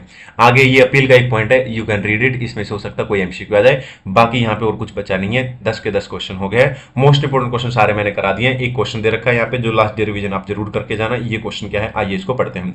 Right a short note on applicability of safeguard measures का क्वेश्चन है, जो कि मैंने आपको बताया था। Point number A, B, C मैंने आपको एक्सेप्शन या रिलीफ कराए थे, उसमें C पॉइंट था, और C पॉइंट के अंदर जो लास्ट पॉइंट था उसके ऊपर ये क्वेश्चन है, ठीक है ना। Write a short note on applicability of safeguard measures under, ठीक है ना, custom tariff act 1975 on article imported by EOU SEZ unit and cleared as such into DTA domestic area, ठीक है ना। तो ये क्वेश्चन आपने को तभी समझ में आएगा जब आपने C का वो पार्ट पढ़ा होगा, उसी के ऊपर है, अगर आपको ये याद हो तो, ठीक है ना। तो सेक्शन 8B, ठीक है ना, of custom tariff act 1975 provide for levy of safeguard measures on article imported by 100% EOU SEZ। मैंने आपको बताया था 100% EOU SEZ यूनिट है, अगर वो आर्टिकल इंपोर्ट कर रही है तो फिर उसके ऊपर एप्लीकेबल नहीं होता था सेफगार्ड मेजर्स, ठीक है ना, ओके। लेकिन एक्सेप्शन था उसका, तो ये कहता है in such case safeguard measures, ठीक है ना, shall applied only on that portion of article. ये बिल्कुल कॉपी पेस्ट कर रखा वहां से, ठीक है ना, सेफगार्ड मेजर्स का पॉइंट है। आई होप ये क्लियर है, ठीक है ना। एक बार आप चाहो तो इसको देख सकते हो, सेफगार्ड मेजर्स का पॉइंट आप पीछे देखोगे तो वहां पर इसको आपको ढूंढ लोगे तो वहां पे ये आपको मिल जाएगा, कोई दिक्कत इसमें है नहीं, ठीक है, ओके। तो आज के लिए इतना ही, चैप्टर खत्म हो जाता है। मोस्ट इंपोर्टेंट चैप्टर, जो क्वेश्चन मैंने इंपोर्टेंट बताए हैं वो बिल्कुल करके जाने हैं, उन्हीं में से आपको एग्जाम में देखने को मिलेगा। जो भी मैंने इस सुपर क्विक रिवीजन सीरीज चलाई है, मैं कोशिश कर रहा हूं कि 15 से 20 मिनट के अंदर पूरा चैप्टर कंप्लीट कर दूं, ठीक है ना, और ताकि आप शॉर्ट टाइम में, कम से कम टाइम में, डेली आप डेढ़ दिन के अंदर जो आपको रिवीजन का टाइम मिलेगा वो आप 1.5 दिन छोड़ो, मैं कह रहा हूं कि आप अगर 7-8 घंटे 10 घंटे भी आपने दे दिए तो आपका काम बन जाएगा, ठीक है ना, ओके। बस आपकी कंडीशन अप्लाई यही है कि जैसे ही आप चैप्टर करते हो साथ में कंपाइलर के सारे क्वेश्चन बनाने, जैसे ही आप चैप्टर करते हो कंपाइलर के सारे क्वेश्चन बनाने हैं, ठीक है ना, ओके। और स्टडी मेट के अंदर देख लेना, कंपाइलर में ऐसा कोई क्वेश्चन ना हो जो स्टडी मेट के अंदर दे रखा है और कंपाइलर में छोड़ रखा हो, ऐसा नहीं होना चाहिए। स्टडी मेट के भी सारे क्वेश्चन कंपाइलर में इंक्लूड होने चाहिए, ओके। अगर नहीं है तो अलग से रजिस्टर लगा लो, उसमें आप एक्स्ट्रा जो एडिशनल क्वेश्चन है वो आप लिख सकते हो। आज के लिए इतना ही। वीडियो पसंद आए तो वीडियो को लाइक करना है और दोस्तों के साथ शेयर करना है, ठीक है। Thank you so much. और बहुत सारे लोग मुझे बोल रहे हैं कि टॉप 50 क्वेश्चन डालो, 100 क्वेश्चन डालो, ठीक है ना, जो अच्छे क्वेश्चन है। तो मैंने श्योर शॉर्ट वीडियो बना रहा हूँ मैं, उसकी अलग से मैंने प्लेलिस्ट बना रखी है, आप उसमें चेक कर सकते हो। मैं उसमें मोर देन 100 क्वेश्चन डालूंगा जो मोस्ट इंपोर्टेंट होंगे सितंबर 25 के लिए, ठीक है ना। वो साइड बाय साइड डाल रहे हैं, 19-20 क्वेश्चन तो मैं डाल चुका हूँ और डाल रहा हूँ, ठीक है। आज के लिए इतना ही। Thank you so much. Video को जरूर लाइक किया करो दोस्तों, और चैनल को सब्सक्राइब जरूर करना। Thank you. हेलो दोस्तों, कैसे हैं आप सब? चलिए शुरू करते हैं। आज हम करने वाले हैं कस्टम का एक और चैप्टर जिसका नाम है वैल्यूएशन अंडर कस्टम, ठीक है। ये बहुत ही इंपॉर्टेंट चैप्टर है, इसका एक क्वेश्चन हमेशा एग्जाम में आता है। तो इसके अंदर सिर्फ 3 क्वेश्चन है जो आपको करने हैं, वेरी इंपॉर्टेंट क्वेश्चन। इसके प्रैक्टिकल क्वेश्चन आपको हाथ से बनाने हैं, और साथ में मैं इस वीडियो में ये भी बताऊंगा कि लास्ट डे रिवीजन के लिए मोस्ट इंपॉर्टेंट क्वेश्चन कौन से हैं। तो सबसे पहले आ जाता है इंट्रोडक्शन। इंट्रोडक्शन में इन्होंने क्या बता रखा है, सिर्फ ये बता रखा है कि वैल्यू का मतलब क्या होता है। Section 2 subsection 41 of custom act 1962 के अंदर डिफाइन कर रखा है कि वैल्यू क्या होता है। वैल्यू की जब हम बात करते हैं तो यहाँ पे वैल्यू दो तरीके की हो सकती है, या तो ट्रांजैक्शन वैल्यू या tariff value. Transaction value section 14 subsection 1 of custom act 1962 के अंदर जो कैलकुलेट करते हैं वो होती है, और टैरिफ वैल्यू जो section 14 subsection 2 of custom act 1962 के अंदर निकालते हैं वो टैरिफ वैल्यू मानी जाती है। इसी के अंदर कुछ ऐसे टर्म्स हैं जिनका आपको नॉलेज होना चाहिए, जो कि मोस्ट इंपॉर्टेंट है, आपको ध्यान रखने हैं, ठीक है। काफी बार प्रैक्टिकल क्वेश्चन में जब आते हैं तो आपको दिक्कत आती है इसमें, ठीक है। तो ये कौन कौन से हैं? सबसे पहला आता है एक्स फैक्ट्री प्राइस। ये कई बार आपको प्रैक्टिकल क्वेश्चन में लिखा मिलेगा। एक्स फैक्ट्री प्राइस का मतलब होता है, ठीक है ना, कि कोई व्यक्ति, ठीक है, जो अपना गुड्स एक्सपोर्ट कर रहा है फॉरेन कंट्री में, कोई बंदा है, ठीक है, मिस्टर जॉन क्या कर रहा है? अपना गुड्स जो है एक्सपोर्ट कर रहा है इंडिया के अंदर। तो price of goods at factory gate, तो उसके जो फैक्ट्री है मिस्टर जॉन की, उसके गेट पर जो प्राइस होगा उसके गुड्स का जो वो एक्सपोर्ट कर रहा है, उसे बोलेंगे एक्स फैक्ट्री प्राइस। क्या बोलेंगे उसे? Ex factory price. बोलो क्लियर है? ठीक है। अब यहां पर क्या क्या इंक्लूड होता है? ये एक तो उसने जो प्रोडक्ट बनाया उसकी कॉस्ट क्या है और उसका प्रॉफिट, ठीक है, दो चीजें यहां पे इंक्लूड हो जाएंगी। दूसरी जो चीज है वो आता है FAS, इसको बोलते हैं फ्री अलोंग साइड।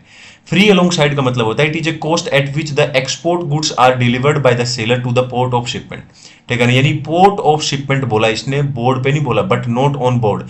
तो पोर्ट ऑफ शिपमेंट पे जो मिस्टर जॉन है, ठीक है ना, उसने जो डिलीवर किया है गुड्स को, उस टाइम पर उसकी जो कॉस्ट है वो कहलाएगी free alongside. Free alongside इसके अंदर क्या इंक्लूड होता है, आइए देखते हैं। एक्स फैक्ट्री प्राइस जो हमने ऊपर निकाला है वो तो आएगा ही, इसके अंदर दो खर्चे और ऐड कर दो, इसके अंदर लोकल फ्रेट और लोकल टैक्सेस ये इंक्लूड कर दो, तो ये भी इसके अंदर आ जाएंगे, ठीक है ना। हाँ, क्लियर है। अब आगे चलते हैं। तीसरी जो चीज है यहाँ पे वो है FOB, इसको बोलते हैं फ्री ऑन बोर्ड। ये कैसे निकालते हैं, ठीक है ना। तो जब गुड्स को बोर्ड पे प्लेस किया जाता है उस टाइम पर उसकी जो कॉस्ट होती है उसको बोलते हैं फ्री ऑन बोर्ड, ठीक है ना। Okay, once the goods are on board, एक बार गुड्स बोर्ड पे चढ़ जाए, ठीक है ना, the buyer assume responsible for, तो फिर उसके बाद के जितने भी खर्चे होंगे उसके लिए बायर रिस्पॉन्सिबल होगा, जैसे कि फ्रेट, इंश्योरेंस या other type of transportation cost, ठीक है ना। इसके अंदर क्या इंक्लूड होता है? जो हमने पिछले पॉइंट के अंदर निकाला है FAS, ठीक है ना, वो प्लस में इसमें ये खर्चे आ जाएंगे, जैसे कि loading charges, export duty, cess वगैरह के खर्चे आ जाएंगे। उसके बाद आता है लास्ट CIF। क्या होता है? इसको बोलते हैं कॉस्ट इंश्योरेंस कॉस्ट, ठीक, दोबारा बोल देता हूं मैं, ठीक है ना। CIF क्या होता है? कॉस्ट इंश्योरेंस फ्रेट, ठीक है ना। इसका मतलब क्या होता है? जिस कॉस्ट पर गुड्स को इंडियन पोर्ट पर डिलीवर किया जाता है, ठीक है ना, जो कस्टम पोर्ट होता है ना, ठीक है ना, वहां पर जो डिलीवर किया गया है जिस कॉस्ट पर, उसको बोलेंगे CIF। इसके अंदर क्या होता है? कस्टम FOB के अंदर नॉर्मली दो खर्चे आते हैं, हालांकि और भी खर्चे आते हैं जो मैं आगे आपको बताऊंगा। नॉर्मली ये खर्चे कौन से होते हैं? फ्रेट एंड इंश्योरेंस, ठीक है ना। यानी प्रोडक्ट को लाया गया, ठीक है ना, तो जो इंडिया में लाने के लिए जो फ्रेट लगा है या बीच में जो इंश्योरेंस है वो भी यहाँ पे इंक्लूड हो जाएगा। तो ये था पहला पॉइंट, इंट्रोडक्शन में हमने क्या पढ़ा, एक बार दोबारा देख लेते हैं। तो इंट्रोडक्शन में हमने पढ़ा पहले कि भैया, इंट्रोडक्शन में पढ़ा कि वैल्यू का मतलब क्या होता है, और वैल्यू दो तरीके की किस तरीके से हमने बात की, और यहाँ पे कुछ चार ऐसे टर्म्स है जिनका नॉलेज हमने लिया, ठीक है। आगे चलते हैं। दूसरा क्वेश्चन जो इसके अंदर आता है वो है वैल्यू का मतलब क्या। सेक्शन 14, ठीक है ना, क्या करता है? वैल्यूएशन कैसे निकालते हैं? वैल्यू का मतलब, ठीक है ना, ट्रांजैक्शन वैल्यू का मतलब क्या होता है? प्राइस एक्चुअली पेड और पेबल, ठीक है ना, बायर और seller not related, price is the sole consideration. जब हम वैल्यू की बात करते हैं यानी ट्रांजैक्शन वैल्यू की बात करते हैं तो उसमें क्या क्या इंक्लूड होता है? Commission, brokerage, design work, engineering charges, royalty, ठीक है, licence fees, cost of transportation to place, ठीक है ना, of importation, insurance, loading, unloading and handling charges, these are, ठीक है ना, द एक्सपेंसेस जो उसके अंदर इंक्लूड होंगे। अब यहाँ पे दो चीजें बहुत इंपॉर्टेंट है जो आपको लगभग सभी प्रैक्टिकल क्वेश्चन के अंदर गिवन होगी, वो होता है एक रेट ऑफ एक्सचेंज और दूसरा रेट ऑफ ड्यूटी, जो सभी प्रैक्टिकल क्वेश्चन के अंदर आपको नीड पड़ेगी जब आप प्रैक्टिकल क्वेश्चन निकालेंगे। ज्यादातर 99 पॉइंट एक आधा क्वेश्चन मिलेगा जो आपको एक्सपोर्ट का मिलेगा, बाकी सारे ही क्वेश्चन आपको इंपोर्ट के मिलने वाले हैं इस चैप्टर के अंदर। तो इंपोर्ट के अंदर जब रेट ऑफ एक्सचेंज हम देखते हैं कि भैया कौन सा रेट ऑफ एक्सचेंज हमें लेना है, तो कौन सा लेते हैं? सबसे पहले तो आप ये चेक कर लेना कि वो नोटिफाइड बाय CBIC हो। दूसरी चीज चेक करना date of presentation of bill of entry under section 46, date of presentation of bill of entry, ठीक है ना, date of presentation of bill of entry and notified by CBIC, ये दोनों बातें होनी चाहिए। वो रेट ऑफ एक्सचेंज हम लेंगे इंपोर्ट के केस में। वहीं पर अगर एक्सपोर्ट का केस होगा, ठीक है ना, तो नोटिफाइड बाय CBIC तो होगा, ठीक है ना, लेकिन उस केस में तो date of presentation of shipping bill या बिल ऑफ एक्सपोर्ट होगा, ठीक है ना, क्योंकि भैया एक्सपोर्ट के केस में शिपिंग बिल या बिल ऑफ एक्सपोर्ट प्रेजेंट किया जाता है। बोलो क्लियर है। वहीं पर जब हम रेट ऑफ ड्यूटी डिसाइड करेंगे तो इंपोर्ट के केस में रेट ऑफ ड्यूटी कौन सा लेना है? तो date of presentation of bill of entry, जो डेट दे रखी होगी, और डेट ऑफ एंट्री इनवर्ड, ठीक है ना, जो दे रखी होगी, विच एवर इज लेटर वाला, ठीक है ना, जो भी इनमें से जो बाद की डेट होगी उस डेट पर जो भी रेट ऑफ ड्यूटी होगी वो वो हम ले लेंगे। वहीं पर अगर एक्सपोर्ट का केस है तो ये पूरी लाइन लिखी मिलेगी, आपको कोई दिक्कत नहीं है। जैसे कि date on which proper officer make an order permitting clearance and loading of goods for transportation is considered, ये पूरी लाइन आपको मिलेगी, ठीक है ना। तो समझ जाना कि भैया ये वाला क्या है, आपको ठीक है ना रेट ऑफ ड्यूटी लगाना है एक्सपोर्ट के केस में। ये बहुत इंपॉर्टेंट है, ठीक है ना, इसको जरूर अच्छे से देख लेना, इसके प्रैक्टिकल क्वेश्चन में आपको नीड पड़ने वाली है हर एक क्वेश्चन के अंदर। बोलो क्लियर है। आगे चलते हैं। तीसरी जो चीज आती है वो आती है इसके अंदर कॉन्सेप्ट्स, यानी जब आप प्रैक्टिकल क्वेश्चन निकालोगे तो कुछ कॉन्सेप्ट्स ऐसे हैं, कुछ पॉइंट ऐसे हैं जिनका नॉलेज आपको होना चाहिए, ठीक है ना। यानी वैल्यूएशन चैप्टर के अंदर जब आप वैल्यू निकालते हो, ठीक है ना, कस्टम ड्यूटी निकालते हो, तो आपसे किस तरीके से वो चीजें आपसे पूछेंगे, उसके लिए थोड़ा बहुत नॉलेज हम यहाँ पे ले लेते हैं। कॉन्सेप्ट्स के अंदर पहला कॉन्सेप्ट जो आपको पता होना चाहिए कि जब आप मान लो मैं इंपोर्टर हूँ, ठीक है ना, मैंने गुड्स इंपोर्ट किया यूएस से, ठीक है ना, इंडिया के अंदर मंगा रहा हूं, तो इंडिया तक लाने के लिए जितने भी खर्चे हैं उसमें वो सारे के सारे हमें वैल्यू के अंदर इंक्लूड कर लेने हैं। इसके अंदर दो चीजें आपको निकालनी होती है, एक कस्टम एफओबी, एक सीआईएफ वैल्यू, ठीक है ना। तो रूल 10(1) के सारे खर्चे ऐड हो जाएंगे जब हम एफओबी वैल्यू निकालेंगे, रूल 10(2) के सारे खर्चे ऐड हो जाएंगे जब हम सीआईएफ वैल्यू निकालेंगे। अब यहाँ पे दो इंपॉर्टेंट चीजें हो जाती हैं, क्या, ठीक है ना, जब हम कस्टम एफओबी से सीआईएफ वैल्यू निकालते हैं तो बहुत सारे खर्चे ऐड करते हैं, उनमें से दो खर्चों का नाम होता है फ्रेट एंड इंश्योरेंस। तो फ्रेट कितना लेना है और इंश्योरेंस कितना लेना है उसकी बात करते हैं। तो सबसे पहले हम बात करेंगे इंश्योरेंस की। तो इंश्योरेंस के केस में आप पहले ये चेक करना कि शिप का क्वेश्चन है या एयर का क्वेश्चन है, ठीक है ना। शिप या एयर दोनों में से कोई भी क्वेश्चन हो, इंश्योरेंस के केस में जो गिवन है वो ले लेंगे, अगर नहीं गिवन है तो कस्टम एफओबी का 1.125% ले लेंगे। लेकिन वहीं पर अगर फ्रेट की बात करें तो आपको डिफरेंशिएट करना पड़ेगा कि शिप का क्वेश्चन है या एयर का क्वेश्चन है। अगर शिप का क्वेश्चन है तो गिवन जो है वो एक्चुअल वो ले लेंगे, अगर नहीं गिवन है तो 20% ले लेंगे, ठीक है ना, कस्टम एफओबी का। वहीं पर अगर एयर का केस है, अगर गिवन नहीं है तो 20% ले लेंगे कस्टम एफओबी का, अगर गिवन है तो फिर एक्चुअल जो गिवन है वो और 20% of custom FOB which average lower हम लेंगे। ये बहुत इंपॉर्टेंट पॉइंट था। अब दूसरा जो कॉन्सेप्ट है जो आपको पता होना चाहिए कि जब कस्टम एफओबी निकालते हैं तो कैसे निकालेंगे, तो रूल 10(1) के सारे खर्चे उसमें ऐड हो जाएंगे। तो यानी कि जो एफओबी वैल्यू है या कॉस्ट है वो आपको दे रखी होगी। अब आप वहां से कस्टम एफओबी कैसे जाएंगे, उसमें सबसे पहले आप कमीशन ऐड कर देना। कमीशन जो है वो बाइंग कमीशन नहीं होना चाहिए, ये बात ध्यान रखना।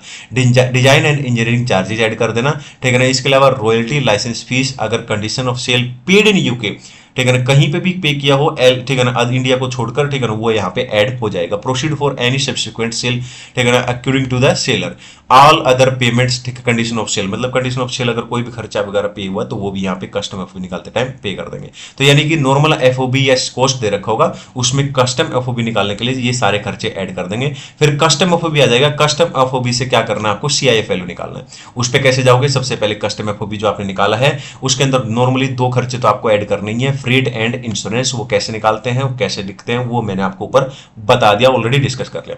इसके अलावा चार खर्चे में से दो खर्चे ऐड करने हैं और दो खर्चों को हमेशा नील लिखाना है, ठीक है। लाइटरेज चार्जेज अगर लिख रखा है तो वो भी ऐड करना है, शिपिंग डिमरेज है तो वो भी आपको ऐड करना है, लेकिन डिमरेज चार्ज है तो वो ऐड नहीं करना, लेकिन दिखाना जरूर है, ठीक है ना। कॉस्ट ऑफ ट्रांसपोर्टेशन, ठीक है, नील दिखाना है, ठीक है। Cost of transportation from port to ICD, ठीक है ना, इसको भी ऐड नहीं करना, लेकिन नील जरूर दिखा देना है। तो अब आप सीआईएफ पे आ गए। उसके बाद आप अपने जो भी वैल्यू इसने पूछे उसके ऊपर अगर जो भी कस्टम ड्यूटी वगैरह जिस तरीके से पूछेगा वो निकाल देंगे हम, बेसिक कस्टम ड्यूटी का रेट लग जाएगा या, ठीक है ना, उस तरीके से वो सारी चीजें आ जाएंगी। अब यहाँ पे आ जाता है चौथा जो कॉन्सेप्ट है जो आपको पता होना चाहिए। इसमें क्या होता है कि कई बार कई क्वेश्चन आपको 3-4 क्वेश्चन ऐसे मिलेंगे, चाहे आप कंपाइलर से करो चाहे स्टडीमेट से, जिसमें सीआईएफ वैल्यू गिवन होगी। जब भी आपको सीआईएफ वैल्यू दे रखी हो तो आप डाउट करना, सीआईएफ वैल्यू के साथ साथ आपको फ्रेट और इंश्योरेंस दे रखा होगा, दोनों माइनस कर देना। जो वैल्यू आएगी वो कस्टम एफओबी आ जाएगी, उसमें वापिस फ्रेट और इंश्योरेंस ऐड करना, ठीक है ना, देन आपकी सीआईएफ वैल्यू आएगी, फिर अकॉर्डिंगली आप काम करना। तो ऐसा मैं क्यों बोल रहा हूं, क्योंकि अगर ज्यादातर ऐसे केस में एयर का क्वेश्चन होता है तो यहां पर जब फ्रेट निकालते हैं तो इसमें चेंजेस आ जाएगा, ठीक है ना, अगर आप देखोगे तो। आगे चलते हैं। स्टडीमेट में वे क्वेश्चन, काफी सारे कंपाइलर ऐसे हैं जिनमें कंपाइलर में क्वेश्चन नहीं दे रखे होंगे। कुछ क्वेश्चन जो मैंने छाट के यहाँ पे दिए, ये लास्ट ईयर रिवीजन के लिए मैंने आपके लिए छाट दिए। ये 5 क्वेश्चन है, ये आपको जरूर करने हैं, ठीक है ना। ये मोस्ट ऑफ द कंपाइलर के अंदर आपको कई सारे कंपाइलर के अंदर नहीं मिलेंगे। पहला क्वेश्चन यहाँ पर है, आइए इसको डिस्कस कर लेते हैं। पहले क्वेश्चन के अंदर क्या है कि एक कंपनी है अपने इंडिया के अंदर, मान लो एक कंपनी है, वो इंपोर्ट कर रही है कुछ गुड्स और उसका प्राइस क्या है, $20 पर यूनिट है from the exporter who was holding 30% equity in the share capital of import company. यानी जिस कंपनी ने इंपोर्ट किया इंडिया के अंदर, जो कंपनी इंपोर्ट कर रही है, ठीक है ना, जो एक्सपोर्टर है उसका 30% इक्विटी शेयर है उसके अंदर। Subsequently the SSC enter into an agreement with the same exporter to import the said goods in bulk, ठीक है ना, एट $14 पर यूनिट, ठीक है ना। और बाद में क्या हुआ, ठीक है ना, जो अपने देश की कंट्री है वो एक्सपोर्टर के साथ क्या कर रही है, ठीक है ना, एक एग्रीमेंट करती है, इंपोर्ट कर रही है गुड्स, ठीक है, काफी ज्यादा गुड्स कर रही है और उसका प्राइस जो है $14 पर यूनिट डिसाइड हुआ है। व्हेन द इंपोर्ट्स, ठीक है ना, at the reduce price were affected pursuant to this agreement, department reject, department मना कर रहा है, रिजेक्ट कर रहा है, कह रहा है कि भैया जो प्राइस है ना वो रिलेशनशिप से इन्फ्लुएंस हो रहा है, ठीक है ना। रिलेशनशिप से इन्फ्लुएंस तभी होता है दोस्तों जब एटलीस्ट 51% शेयर होता है, तो यहाँ पे किसी तरीके का रिलेशनशिप नहीं है, किसी तरीके का कंट्रोल नहीं है एक दूसरे का, ठीक है ना, तो यहाँ पे ये पॉइंट गलत है डिपार्टमेंट का। आगे कहता है completed the assessment on the basis of the transaction value of the earlier import, ठीक है, and at the price of 20, department कह रहा है 20 लो 14 मत लो, ठीक है ना। ओके, आगे कहता है, नीचे कहता है state the briefly whether the department action is sustainable, no बिल्कुल नहीं भैया, क्लियरली मना है मेरी तरफ से, ये लिखो यहाँ पे पहले आपको क्या लिखना है, no department action is not sustainable in law. उसके बाद क्या कहता है दूसरे पॉइंट के अंदर, person shall be deem to be related, relationship तब का माना जाएगा, रिलेटेड तब माने जाएंगे जब वन पर्सन कंट्रोल अदर, ठीक है, डायरेक्टली और इनडायरेक्टली। कंट्रोल तभी माना जाएगा जब एक कंपनी दूसरी कंपनी में, यानी एक पर्सन दूसरे पर्सन का at least 51% of equity share holder करता है, जबकि यहाँ पे तो सिर्फ 30% है। दो पार्टी जो ये अभी गिवन है दोनों, जो इंडिया वाली और एक्सपोर्टर, लेकिन इनको रिलेटेड नहीं माना जा सकता। तो अब आ जाता है डिपार्टमेंट के ऊपर बर्डन कि भैया आप प्रूव करो कि कैसे कह रहे हो ये बात, ठीक है। तो अब डिपार्टमेंट के बाद कोई सबूत है नहीं, तो यहाँ पे प्राइस जो डिक्लेयर बाई एसएससी है वो एक्सेप्टेबल होगा, मना नहीं कर सकता डिपार्टमेंट। ये क्वेश्चन था वेरी इंपॉर्टेंट। आगे चलते हैं, दूसरा क्वेश्चन जो लास्ट डे रिवीजन के लिए मैंने रखा है, ठीक है ना, answer the following with reference to the provision of section 14 custom act 1962 the value, ठीक है ना। इस हिसाब से दो क्वेश्चन दे रखे हैं यहाँ पे, एक और दो, ये कह रहा है इसका आंसर हमें देना है। What shall be the value, value क्या होगी if the there is a price rise of imported goods in international market between the date of contract and the date of actual importation but importer pays the contract price. मान लो मैं importer हूं और मैं goods import कर रहा हूं, ठीक है ना, जब मैंने गुड्स इंपोर्ट किया उसके बाद उसका प्राइस बढ़ जाता है इंटरनेशनल मार्केट में, ठीक है ना, तो उस केस में वैल्यू क्या निकालेंगे। आइए पहले इसका आंसर देख लेते हैं।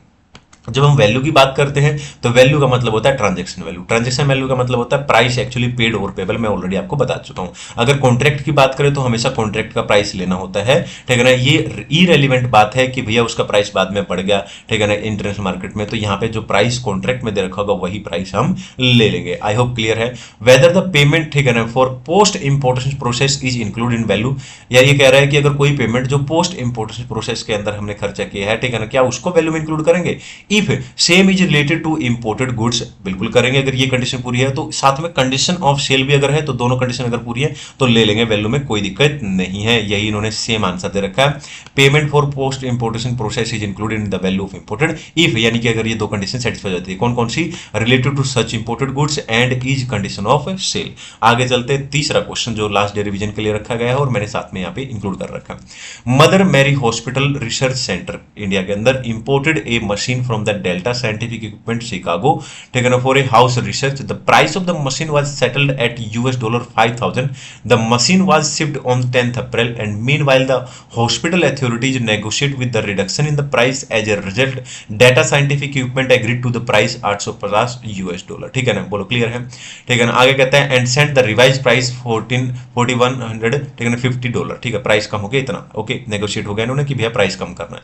व्हेन द टेक्सटाइल, ठीक है ना, डेटेड 15 अप्रैल, ठीक है, the machine arrived in India 18 April and commissioner जो है वो क्या कह रहा है देख लेते हैं। Commissioner of the custom act decided to take the original price, ये कह रहा है ओरिजिनल प्राइस लेंगे हम, उसी को ट्रांजैक्शन वैल्यू लेंगे, ठीक है ना। ओके, ग्राउंड क्या दे रहा है कि price is received only after the, ठीक है ना, after goods have been shipped, after goods have been shipped. अब नीचे क्या कहता है, do you agree with the statement taken by the commissioner, give the reason support your answer. आइए इसको देखते हैं कि क्या कहे। तो कमिश्नर जो बात बोल रहा है वो बिल्कुल गलत है कि क्योंकि जो ट्रांजैक्शन वैल्यू होती है, ट्रांजैक्शन वैल्यू का मतलब होता है प्राइस एक्चुअली पेड और पेबल। सुप्रीम कोर्ट का भी यही बात कहनी है और इन द गिवन केस जो प्राइस रिड्यूस किया गया है वो रास्ते में किया गया है। It could not be contended that the price was revised after the importation took place, ठीक है ना, इंपोर्ट होने के बाद प्राइस रिवाइज नहीं किया गया है बल्कि ट्रांजिट में हुआ है। तो इसलिए जो वैल्यू है वो जो प्राइस कम किया गया उसी पर लेंगे क्योंकि वही प्राइस क्या है, प्राइस एक्चुअली पेड और पेबल है। बोलो क्लियर है। ये बिल्कुल बेसिकली वैल्यू पे जो क्वेश्चन है ना, वैल्यू का मीनिंग है उसी पे क्वेश्चन पूछा हुआ है।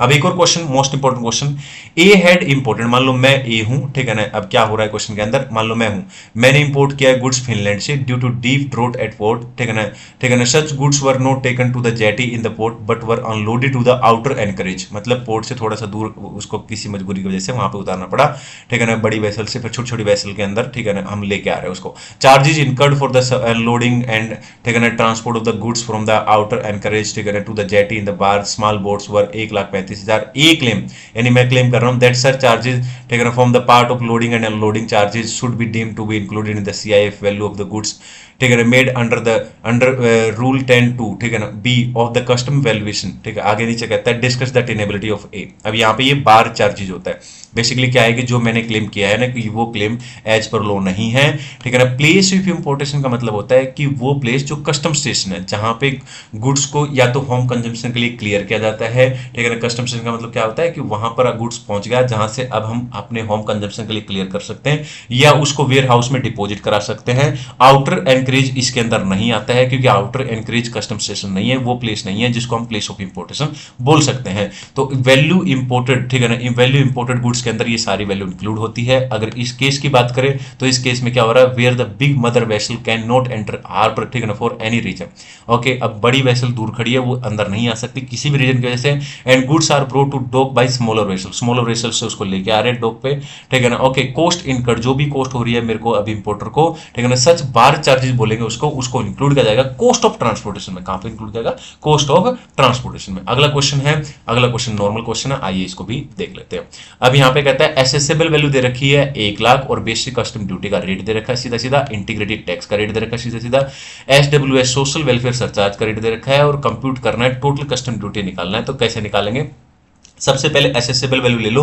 एसेसेबल वैल्यू देखोगे तो इंडियन रुपीज में दे रखा है तो कोई दिक्कत है ही नहीं, ठीक है ना। तो सीधा सीधा बेसिक कस्टम ड्यूटी 10%, 1,00,000 का 10% 10,000, social welfare surcharge basic custom duty का 10% होता है 1,000, तो तीनों का टोटल कर दो, ये आ गया। ये सब टोटल हो गया बिफोर इंटीग्रेटेड टैक्स। अब हम इंटीग्रेटेड टैक्स 12% है जो कि इसके ऊपर निकाल देंगे। अब तीनों का टोटल कर देंगे, ठीक है, basic custom duty, social welfare surcharge and 13,320 यानी इंटीग्रेटेड टैक्स। तो ये आ जाएगा आपका आंसर, टोटल ड्यूटी पेबल। यहाँ पे चैप्टर खत्म हो जाता है। आज के लिए इतना ही, वेरी इंपॉर्टेंट चैप्टर। इस चैप्टर का बेनिफिट तभी आपको ज्यादा मिलेगा जब आप इसके क्वेश्चन बना लोगे, तो इसके प्रैक्टिकल क्वेश्चन बिल्कुल इग्नोर नहीं करने हैं। एक क्वेश्चन आपको एग्जाम में मिलेगा, ठीक है ना। ओके, आज के लिए इतना ही, मिलते हैं नेक्स्ट चैप्टर के अंदर। Thank you so much. Video को लाइक करें, चैनल को सब्सक्राइब करें। हेलो दोस्तों, कैसे हैं आप सब। चलिए शुरू करते हैं। आज हम करने वाले हैं फॉरेन ट्रेड पॉलिसी का सुपर क्विक रिवीजन। बहुत इंपॉर्टेंट चैप्टर है, ठीक है ना। जो क्वेश्चन मैं करा रहा हूँ ये सारे क्वेश्चन एग्जाम में आए हुए हैं, ठीक है ना, या फिर बार बार यही एग्जाम में आते हैं। इसके अंदर सब कुछ मोस्टली आपको मिल जाएगा, ठीक है। ओके, उसके बाद आप एक बस कंपाइलर के क्वेश्चन कर लेना जो भी आपके पास कंपाइलर अवेलेबल है। तो फॉरेन ट्रेड पॉलिसी 23 की हम बात करने वाले हैं। सबसे पहला क्वेश्चन आता है बेसिक्स अबाउट एफटीपी। तो एफटीपी के बारे में, फॉरेन ट्रेड पॉलिसी के बारे में कुछ पॉइंट आपको, अगर एग्जाम में कभी कभी यही क्वेश्चन पूछ लेते हैं तो आपको कुछ बातें इसके अंदर लिखनी होती हैं। पहली बात, ठीक है ना, एफटीपी कौन इशू करता है, सेंट्रल गवर्नमेंट इशू करती है। दूसरा, गवर्नमेंट कौन करता है इसको, ministry of commerce and industry. हर साल अपडेट किया जाता है इसको। Supervised by DGFT. कौन सुपरवाइज करता है, DGFT, director general of foreign trade. DGFT जो होता है वो इशू करता है various authorization, import export code भी, जो कि 10 डिजिट का होता है। कई बार इसी के ऊपर क्वेश्चन आ जाता है, इंपोर्ट एक्सपोर्ट कोड कितने डिजिट का होता है, 10 डिजिट का, याद रखना, ठीक है ना। उसके बाद आता है डीजीएफटी डिसीजन जो होते हैं वो फाइनल होते हैं और बाइंडिंग होते हैं जब हम एफटीपी इंटरप्रिटेशन करते हैं। तो ये 6 बातें हैं जो इसके अंदर आपको पता होनी चाहिए थी। अगली बात आती है, जो नेक्स्ट क्वेश्चन जो आपसे पूछा जा सकता है वो है स्टेटस होल्डर क्या होता है और उसका थ्रेशोल्ड लिमिट क्या होती है, इसके बारे में बात करते हैं। ये होता है एक्सपोर्टर्स के ऊपर। अगर कोई एक्सपोर्टर्स हैं जो, ठीक है ना, जो भी एक्सपोर्टर्स हैं, अगर वो इंपोर्ट एक्सपोर्ट कोड है उनके पास तो they are eligible for recognisation as status holder, ठीक है ना। ये किस चीज पे बेस करेगा, उनकी एक्सपोर्ट परफॉर्मेंस में, जो कि current and preceding 3 financial year की देखी जाती है। थ्रेशोल्ड के ऊपर कैसे कैटेगरी दी जाती है, आइए उसको चेक कर देते हैं। यहाँ पे 1 star, 2 star, 3 star, 4 star, 5 star तक होता है, ठीक है ना। ओके, जब हम एक्सपोर्ट परफॉर्मेंस देखते हैं तो वो यूएस डॉलर इन मिलियन होता है, ठीक है ना। तो जो कि 3, 15, 50, ठीक है ना, 200 और 800 ये आपको लर्न करना पड़ेगा, ठीक है। ओके, तो ये क्वेश्चन है दूसरा जो कि पूछा जा सकता है एग्जाम के अंदर, ठीक है, स्टेटस होल्डर के बारे में। तीसरा क्वेश्चन है अगला जो एग्जाम में आ सकता है वो है क्या क्या बेनिफिट है अगर कोई व्यक्ति है, अगर उसको स्टेटस होल्डर मिल जाता है तो उसको क्या फायदा है, ठीक है। कोई बिजनेसमैन, उसको स्टेटस होल्डर, किसी बिजनेस को स्टेटस होल्डर मिल जाता है तो उसके फायदे क्या है या उसकी प्रिविलेजेस क्या है। कुछ बातें जो आपको यहां पे लिखनी है। पहला, 2 स्टार जो हमने बात की थी ना अभी 5 स्टार तक, 2 स्टार या उससे ऊपर अगर कोई है, ठीक है ना, तो वो अपना एक्सपोर्ट वेयर हाउस सेटअप कर सकता है, ये उसको परमिशन मिल जाती है। इसके अलावा सेल्फ डिक्लेरेशन बेसिस पे एथोराइज कर सकता है वो, और कस्टम क्लियरेशन कर सकता है इंपोर्ट या एक्सपोर्ट की। इसके अलावा जो स्टैंडर्ड इनपुट आउटपुट नॉर्म्स होता है वो 60 दिन के अंदर, ठीक है ना, फिक्स कर दिया जाएगा नॉर्म्स कमेटी के द्वारा, और बिजनेसेस के कंपैरिजन में उसको प्रेफर्ड ट्रीटमेंट मिलेगा, एंड ठीक है ना, बैंक गारंटी की जो रिक्वायरमेंट होती है उससे भी उसको एग्जेम्पशन मिल जाएगी। हालांकि 2-3 पॉइंट मैंने और भी दे रखे हैं। अगला क्वेश्चन आ जाता है एडवांस एथोराइजेशन के अंदर। एडवांस एथोराइजेशन के अंदर क्या इंपॉर्टेंट है? सबसे पहली बात, एडवांस एथोराइजेशन में आपको पता होना चाहिए value addition, minimum value addition का रेट है 15%, लेकिन कुछ स्पेसिफाइड प्रोडक्ट है जैसे कि पेट्रोलियम प्रोडक्ट जिसके अंदर 15% से कम भी हो सकता है minimum value addition. Value addition कैसे निकालते हैं? a minus b divide by b into में 100। ए का मतलब ये होता है और बी का मतलब यहाँ पे ये होता है। इसके ऊपर स्टडी मेट का क्वेश्चन नंबर 9 भी आप देख सकते हैं। उसके बाद चलते हैं और नेक्स्ट क्वेश्चन आ जाता है यहाँ पे कि वैलिडिटी पीरियड क्या होता है एडवांस एथोराइजेशन का, तो ये याद रखना है, एमसीक्यू में काम आ सकता है, 12 मंथ का हो सकता है। अगली बात जो आपको ध्यान रखनी है दोस्तों ये है एडवांस एथोराइजेशन के मामले में कौन कौन सी ड्यूटी जो होती हैं वो एग्जेम्प्ट होती हैं, तो ये आप ध्यान रखना है। कैसे याद रखोगे? आप पढ़ते थे ना टाइप्स ऑफ ड्यूटी के अंदर, basic custom duty, additional custom duty, anti dumping duty, safeguard duty और काउंटर वेलिंग ड्यूटी। इसके अलावा 2 सेस, एजुकेशन सेस और कंपनसेशन सेस, और बाकी एक IGST 8 होते हैं टोटल, वो यहाँ पे याद करने हैं एग्जाम के लिए, मोस्ट इंपॉर्टेंट।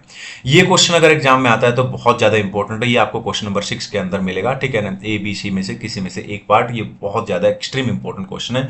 लेकिन इसकी खास बात क्या है कि ये अंडरस्टैंड कम होता है, आपको याद करना पड़ता है।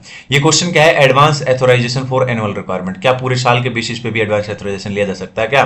ठीक है ना, तो यहाँ पे क्वेश्चन किस तरीके से आ सकता है, इस तरीके से क्वेश्चन पूछ सकते हैं। State the salient aspect of advance authorisation for annual requirement to the exporter. Exporter के मामले में यहाँ पे तो वे एक्सपोर्टर्स जो हैविंग, जिनके पास क्या है, पास्ट एक्सपोर्ट परफॉर्मेंस, ठीक है, in at least preceding 2 financial year, वो एंटाइटल होंगे, क्या ले सकते हैं वो? Advance authorisation for annual requirement, लेकिन ओनली फॉर दोज आइटम, कौन सी?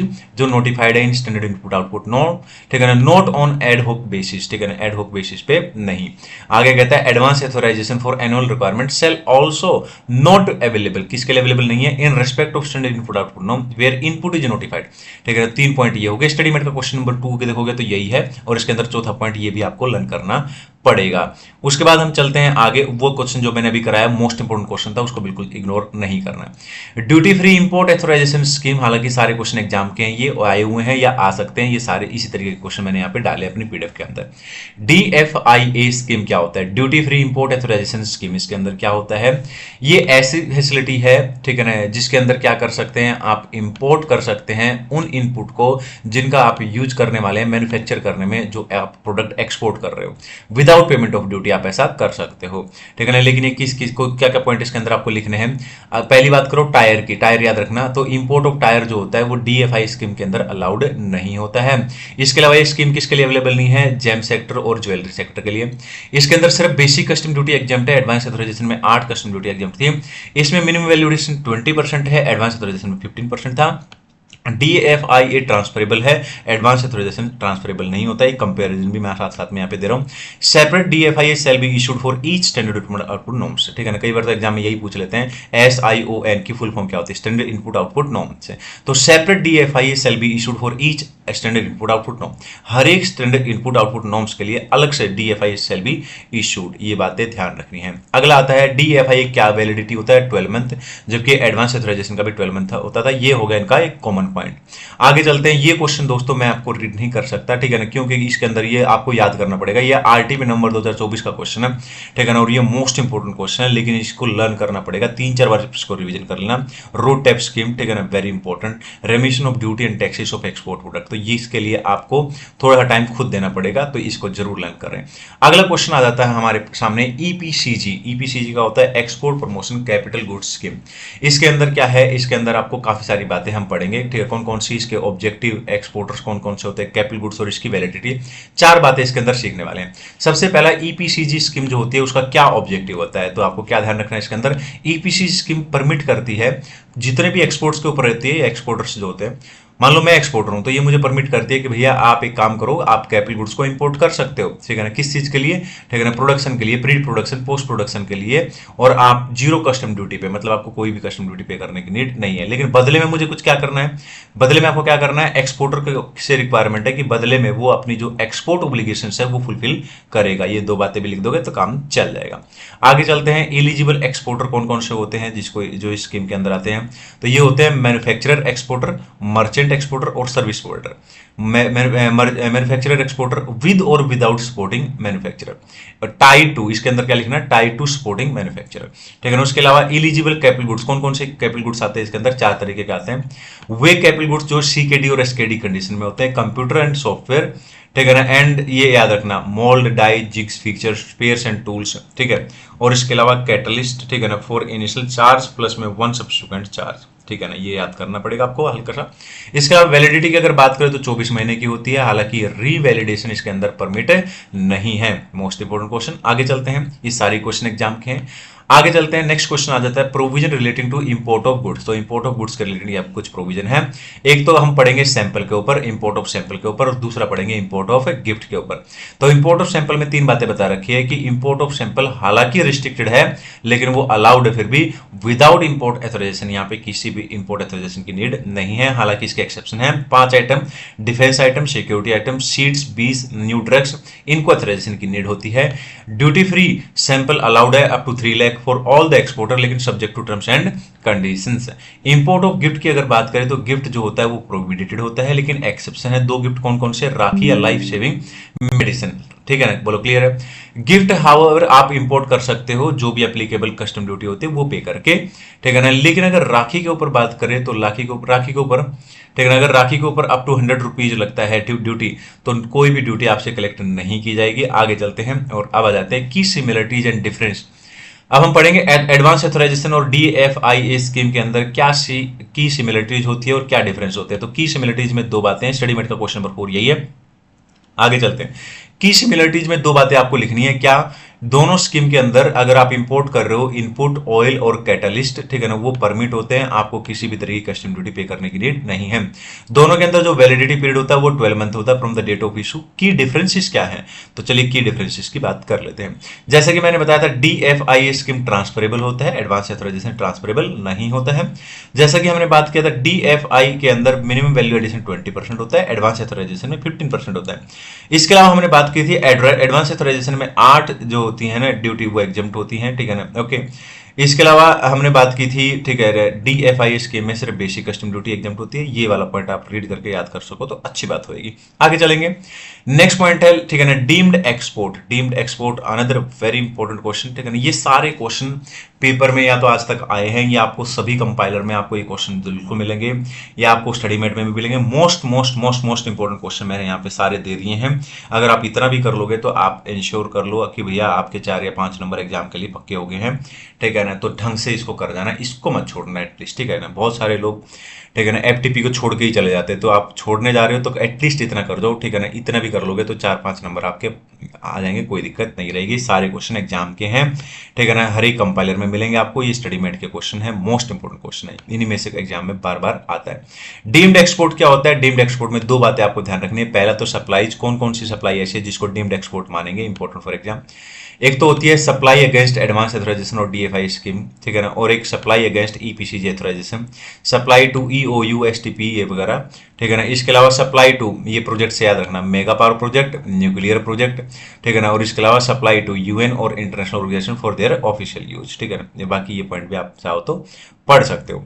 ये क्वेश्चन भी काफी इंपॉर्टेंट है, मैंने जैसा कि बताया पूरी ही पीडीएफ में हर एक क्वेश्चन एग्जाम के लिए मोस्ट इंपॉर्टेंट है। Benefit for deemed export, benefit for deemed export, तो डीम्ड एक्सपोर्ट के मामले में क्या क्या बेनिफिट मिलेंगे, तो ये आपको याद करना पड़ेगा। स्टडी मेट का क्वेश्चन नंबर 3 यही है। एडवांस एथोराइजेशन मैंने कराई है, advance authorisation for annual requirement मैंने पढ़ा है, डीएफआई 3 पॉइंट तो पहले पॉइंट में लिख देना। उसके बाद ड्रॉबैक आप पढ़ते हो, ड्यूटी ड्रॉबैक, तो आप डीम्ड एक्सपोर्ट लिख के उसके सामने ड्रॉबैक लिख देना और हल्का सा एक्सप्लेनेशन जो नीचे इसके दे रखा है। एक हो जाएगा रिफंड, ठीक है ना, जो एक्साइज ड्यूटी होता है स्पेसिफाइड एक्साइजेबल गुड्स के ऊपर, ठीक है ना, उसका रिफंड, तो ये हल्का सा इसको भी लर्न करके आपको लिखना ही पड़ेगा। तो यहाँ पे चैप्टर खत्म हो जाता है दोस्तों। यहाँ पर इस चैप्टर को बिल्कुल छोड़ के नहीं जाना है, 5 नंबर आपके बिल्कुल आने वाले हैं, ठीक है ना, और 5 नंबर इन्हीं में से आपको मिल जाएंगे, ठीक है ना। All the best for you. और चैनल को सब्सक्राइब कर लो और वीडियो को लाइक जरूर कर दिया करो, अपने दोस्तों के साथ शेयर कर दो। कमेंट में मुझे जरूर बताया करो दोस्तों कि क्या ये जो सुपर क्विक रिवीजन है इससे आपको बेनिफिट मिलेगा। इसका बेनिफिट आपको ज़्यादातर तभी मिलेगा जब आपने 2-3 बार खुद रिवीजन कर लिया है। अब आप चाहते हो कि जल्दी से जल्दी मैं रिवीजन कर लूँ, ठीक है ना। ओके, अगर आपको कोई चीज़ करने में 1 घंटा लग रहा है तो वही चीज़ अगर मैं यहाँ पे 15 मिनट करके मैं करके दे रहा हूँ आपको, ठीक है। तो चलिए आज के लिए इतना ही। और मेरा जो है श्योर शॉट की जो मैंने प्लेलिस्ट बना रखी है अलग से, जिसके अंदर मोस्ट इंपोर्टेंट 100 क्वेश्चन में डालने वाला हूँ, लगभग 20 क्वेश्चन उसमें डाल चुके हैं। बाकी के क्वेश्चन भी मैं बना रहा हूँ और वो आप तक तुरंत पहुँच जाएंगे, ठीक है। तो आप उनको भी जरूर देखना और साथ ही साथ यहाँ पर पूरा का पूरा अच्छे से पढ़ के ये इसको करना है, ठीक है। आज के लिए इतना ही, thank you so much. Hello दोस्तों, कैसे हैं आप सब। चलिए शुरू करते हैं। आज हम करने वाले हैं very important chapter, refund under custom. तो रिफंड एंड चैप्टर बहुत ही इंपॉर्टेंट चैप्टर है और इसके अंदर टोटल कितने क्वेश्चन है, इसके अंदर सिर्फ 8 क्वेश्चन है जो कि बहुत ज़्यादा इंपॉर्टेंट है, ठीक है। तो कौन कौन से क्वेश्चन इसके अंदर करने वाले हैं, शुरुआत करते हैं। सबसे पहला क्वेश्चन यहाँ पे दे रखा है फिजूल का, इसका कोई मतलब नहीं है, इंट्रोडक्शन चाहो तो छोड़ दो। इसमें सिर्फ ये बता रखा है कि अगर हम कस्टम ड्यूटी ज़्यादा पे कर देते हैं जो एक्चुअल बनती है तो आपका रिफंड बन जाएगा, बस इतनी सी बात है। आगे चलते हैं। अब आ जाता है एक सेक्शन जो कि एक्सट्रीम इंपॉर्टेंट है, इसके सारी की सारी बातें आपको पता होनी चाहिए। टोटल 5 चीजें इसके अंदर मैं सिखाने वाला हूँ। सबसे पहला section 27, application for refund of duty या इंटरेस्ट। अब सबसे पहला सवाल आता है कि person who can claim refund of duty और इंटरेस्ट, यानी कौन सा व्यक्ति क्लेम कर सकता है रिफंड ड्यूटी पे, ठीक है। तो ये कहता है कि वो व्यक्ति जिसने ज्यादा ड्यूटी पे की है, वो व्यक्ति जिसने incidence of such duty bone किया है, ठीक है ना। ओके, अगला क्वेश्चन, एप्लीकेशन फॉर रिफंड, ठीक है। रिफंड एप्लीकेशन के लिए जो दी जाएगी वो कब दी जाएगी, before expiry of 1 year from the date of payment of such duty, यानी जब ड्यूटी आपने पे की है, जिस डेट को पे की है वहां से 1 साल एक्सपायर होने से पहले पहले आपको क्या करना पड़ेगा, एप्लीकेशन करना पड़ेगा रिफंड के लिए। स्टडी मेट का क्वेश्चन नंबर 1 इसी के ऊपर मिलेगा आपको, ठीक है। उसके बाद तीसरी जो चीज इसके अंदर सीखनी है सेक्शन 27 के अंदर, वो है 1 साल का जो ये टाइम पीरियड है कैसे कंप्यूट करते हैं। इसका हुक है PER पर, ठीक है ना। पी का मतलब क्या होता है, पी का मतलब होता है प्रोविजनल ड्यूटी। प्रोविजनल ड्यूटी जो अंडर सेक्शन 18 होता है तो उसमें क्या होता है, ठीक है ना। तो यहाँ पे 2 चीजें देखो, आप ऊपर बता रखा है, या तो इवेंट बता रखा है, यहाँ पे लिमिटेशन, ठीक है ना, of 1 year to be computed from, कब से कैलकुलेट करेंगे। तो अगर प्रोविजनल ड्यूटी का केस है तो उसमें होगा date of adjustment of duty after final assessment, final assessment करने के बाद, ठीक है। और in case of reassessment from the date of such reassessment. Okay, PE का मतलब क्या होता है, exemption of duty in case of special order, तो from the date of such special order, ठीक है ना। ओके, PER, आर का मतलब हो गया रिफंड ऑफ ड्यूटी, अगर ऑर्डर है कोई कोर्ट का, ठीक है ना, तो डेट ऑफ सच ऑर्डर वहां से, ठीक है, क्लियर है। अब अगला क्वेश्चन जो है वो है no limitation in case of duty under protest. तो ये जो टाइम लिमिट बात की हमने 1 ईयर की, तो limitation of 1 year shall not apply where any duty has been paid under the protest. Protest के केस में 1 ईयर की टाइम लिमिट अप्लाई नहीं होगी। ये एक बहुत इंपॉर्टेंट क्वेश्चन है, इसके ऊपर स्टडी मेट का क्वेश्चन नंबर 5 मिलेगा आपको। इसमें क्वेश्चन क्या है, मिनिमम अमाउंट ऑफ रिफंड, तो 100 रुपीज या उससे ज्यादा होना चाहिए तो ही आपको रिफंड मिलेगा। अगर लेस देन 100 है, ठीक है ना, तो फिर आपको कोई भी रिफंड मिलने वाला नहीं है। आगे चलते हैं, ठीक है ना। अब नेक्स्ट क्वेश्चन बताते हैं, extreme important question, section 27 sub section 2, processing of refund. Processing of refund का मतलब है अगर आपका रिफंड बनता है तो आपका रिफंड एक फंड है उसके अंदर क्रेडिट कर दिया जाएगा, उसका नाम है कंज्यूमर वेलफेयर फंड, ठीक है ना। लेकिन कुछ ऐसी सिचुएशन है जिसके अंदर एप्लीकेंट यानी जिसने अप्लाई किया है रिफंड के लिए उसको पैसे मिल जाएंगे, उसको रिफंड मिलेगा, ना कि, ठीक है ना, उसको कंज्यूमर वेलफेयर फंड में क्रेडिट करेंगे। बोलो क्लियर है। इसको एक्सेप्शन ऑफ अनजस्ट एनरिचमेंट भी बोलते हैं। यहाँ पे टोटल 7 पॉइंट है, 7 में से 5-6 भी कर ले तो काफी है। एक तो 2 बातें एक साथ पढ़ना, क्या इंपोर्टर और या फिर बायर, अगर इंपोर्टर है या बायर है, ठीक है ना, तो उस केस में अगर उसने बर्डन जो है पास ऑन नहीं किया है, ठीक है ना, ड्यूटी का बर्डन पास ऑन नहीं किया किसी और व्यक्ति पर, तो फिर उसको मिल जाएगा। ये इंपॉर्टेंट है, इसके ऊपर अलग से क्वेश्चन पूछा जाता है कई बार, ठीक है ना, कि अगर कोई इंडिविजुअल व्यक्ति और वो इंपोर्ट कर रहा है पर्सनल यूज के लिए, तो उस केस में, ठीक है ना, फिर उसी को क्या मिलेगा, ठीक है ना, क्या मिल जाएगा, जो भी ड्यूटी उसने पे की है। स्टडी मेट का क्वेश्चन नंबर 12 इसी के ऊपर है, बी पॉइंट के ऊपर। उसके बाद चलते हैं अगला क्वेश्चन, इसके अंदर क्या कहता है अगले पॉइंट के अंदर, ठीक है ना, इसमें कहता है कि मान लो आपने एक्सपोर्ट ड्यूटी पे की है और जिस गुड्स पर पे की है वो गुड्स आपको वापस मिल गया तो फिर आपको ड्यूटी वापस मिल जाएगी। यह सेक्शन 74 और सेक्शन 74 केस में फॉल कर रहे हो, यानी ड्यूटी ड्रॉबैक के केस में। या फिर आप ऐसे एप्लीकेंट हो जो नोटिफाइड है, ठीक है ना, सेंट्रल गवर्नमेंट के द्वारा इन ऑफिशियल गजट, ठीक है ना, तो उस केस में भी आपको क्या मिल जाएगा, ठीक है ना, आपको ड्यूटी का पैसा वापस मिल जाएगा, ना कि उसको कंज्यूमर वेलफेयर फंड में क्रेडिट करेंगे। तो यहाँ पे यही इसका क्वेश्चन पूछ रखा है, सीए फाइनल नंबर 22 के अंदर ये क्वेश्चन आया था। अभी मैंने जो 2 क्वेश्चन कराए हैं दोनों एक्सट्रीम इंपॉर्टेंट है, उनमें से एग्जाम में आ सकता है। एक और एक्सट्रीम इंपॉर्टेंट क्वेश्चन जिसकी हम बात करने वाले, doctrine of unjust enrichment with respect to refund of duty. अब इसके अंदर क्या बता रखा है, स्टडी मेट का क्वेश्चन नंबर 6 इसी के ऊपर है, डॉक्ट्रिन ऑफ अनजस्ट एनरिचमेंट क्या होता है। तो इसमें क्या होता है, मान लो मैं एक इंपोर्टर हूं और मैं गुड्स इंपोर्ट करता हूं, तो मैं क्या कर देता हूं, कस्टम ड्यूटी वगैरह जो भी बनती है वो पे कर देता हूं और बाद में जो परचेजर है उससे रिकवर कर लेता हूं, यानी एक तरीके से मैंने उसका बर्डन क्या कर दिया, पास कर दिया है, ठीक है ना। तो उस केस में क्या है, ठीक है ना, एज ए इंपोर्टर मैं क्या करता हूं, मैं कहता हूं कि भैया मुझे रिफंड चाहिए जो मैंने एक्सेस ड्यूटी पे की है, जबकि हकीकत यह है कि मैंने उसका बर्डन पास ऑन कर दिया है। तो ये क्या कहलाएगा, he would be called to have enrich himself as he collected the duty from the customer, क्योंकि मैं खुद को एनरिच कर रहा हूं, किसी और की कॉस्ट पे मैं अमीर बन रहा हूं, इसलिए इसका नाम हो गया अनजस्ट एनरिचमेंट। तो यही बात यहां पे बोल रखी है, no person should enrich himself at cost of other. तो उस केस में जो फंड है, ठीक है, कंज्यूमर वेलफेयर फंड, वहां पे पैसा चला जाएगा, ना कि मुझे मिलेगा। यहाँ पे इसी तरीके का एग्जाम्पल भी दे रखा है, आईसीआई का एग्जाम्पल है, you want to read it, एक बार पढ़ना चाहो तो पढ़ लेना। इसका एक क्वेश्चन एग्जाम में पूछा था, ठीक है ना, तो अभी इसके कम आने के चांस है, ठीक है। अब यहाँ पे आ जाते हैं एक्सेप्शंस। एक्सेप्शंस मैंने ऑलरेडी सेक्शन 27 सब सेक्शन 2 के अंदर बताए थे, ठीक है ना, वही सारे के सारे यहाँ पे लिख रखे हैं, तो वो हम पहले ही पढ़ चुके हैं। अगला क्वेश्चन, ये क्वेश्चन भी आ सकता है एग्जाम के अंदर, ये भी इंपॉर्टेंट है, इंटरेस्ट ऑन डिले रिफंड। अब ये कह रहा है कि मान लो कोई व्यक्ति है, उसका रिफंड बनता है, ठीक है ना, और उसको पेमेंट डिले हो रहा है, ठीक है ना, जो कस्टम अथॉरिटी है, ठीक है ना, डिपार्टमेंट है, वो टाइम से पे नहीं कर पा रहा है, ठीक है ना, तो क्या उसको इंटरेस्ट मिलेगा? बिल्कुल मिलेगा, आंसर है यस, ठीक है ना। अगर, ठीक है ना, किसी तरीके का रिफंड बनता है और 3 महीने के अंदर अंदर from the date of receipt of application for refund, अगर 3 महीने के अंदर अंदर रिफंड नहीं किया जाता है तो उसको इंटरेस्ट दिया जाएगा एप्लीकेंट को, और गवर्नमेंट ने बोला उसका रेट होगा इंटरेस्ट का 5% से लेकर 30% के बीच में। करंटली इसका रेट 6% है, और ये कब से कब तक काउंट होगा, पीरियड क्या रहेगा इसका, after the expiry of 3 month from the date of receipt of such application till the date of refund.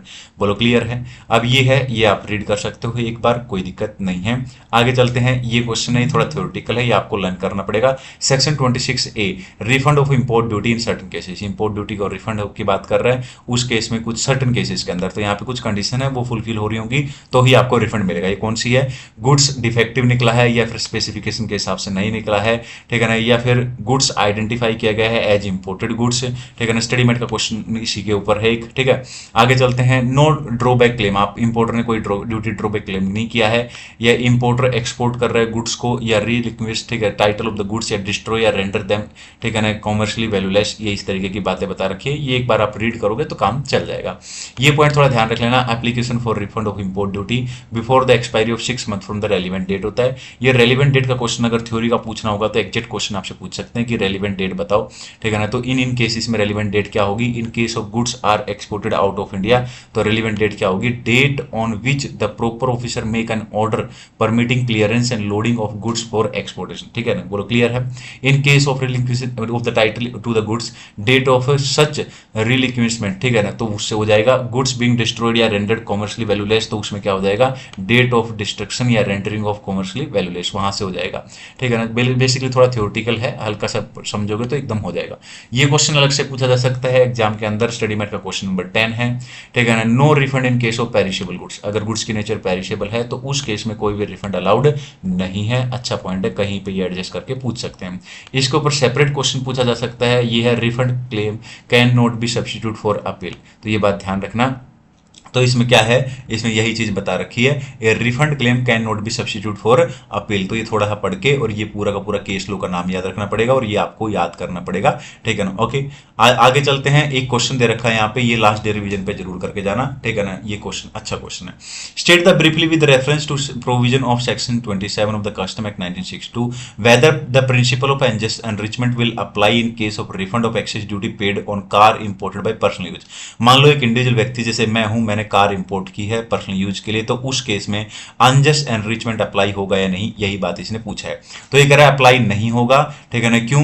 क्योंकि कुछ सिचुएशन ऐसी थी, कुछ एक्सेप्शन हमने पढ़े थे अनजस्ट एनरिचमेंट की, उसी के अंदर मैंने एक पॉइंट बताया था आपको कि अगर कोई इंडिविजुअल व्यक्ति इंपोर्ट कर रहा है पर्सनल यूज के लिए, ठीक है ना, तो उस एक्सेप्शन के अंदर आ जाएगा। तो refund should not be credited, consumer welfare fund में क्रेडिट नहीं होगा बल्कि एप्लीकेंट को अमाउंट पे कर दिया जाएगा। ये यहाँ पे चैप्टर खत्म हो जाता है। आई होप क्लियर है दोस्तों। अगर वीडियो पसंद आया तो वीडियो को लाइक करो, चैनल को सब्सक्राइब करो। सुपर क्विक रिवीजन है, आई होप आपने पढ़ा होगा, ठीक है ना। किस किस तरीके के क्वेश्चन एग्जाम में आ सकते हैं वो भी मैं आपको साथ में बता रहा हूँ, ठीक है ना। और जरूर से जरूर आपके पास जो भी कंपाइलर का किसी भी टीचर का, आप उसको जरूर बनाएं, सारा का सारा स्टडी मैट से जरूर चेक कर लें कि कोई भी क्वेश्चन इलस्ट्रेशन या कहीं पे भी क्वेश्चन टेस्ट योर नॉलेज में दे रखा है तो कोई क्वेश्चन छूटे ना आपसे, ठीक है ना। ओके, तो अच्छे से करना प्रैक्टिस। आई होप आप लोगों ने पहले एक दो बार रिवीजन किया होगा, ठीक है।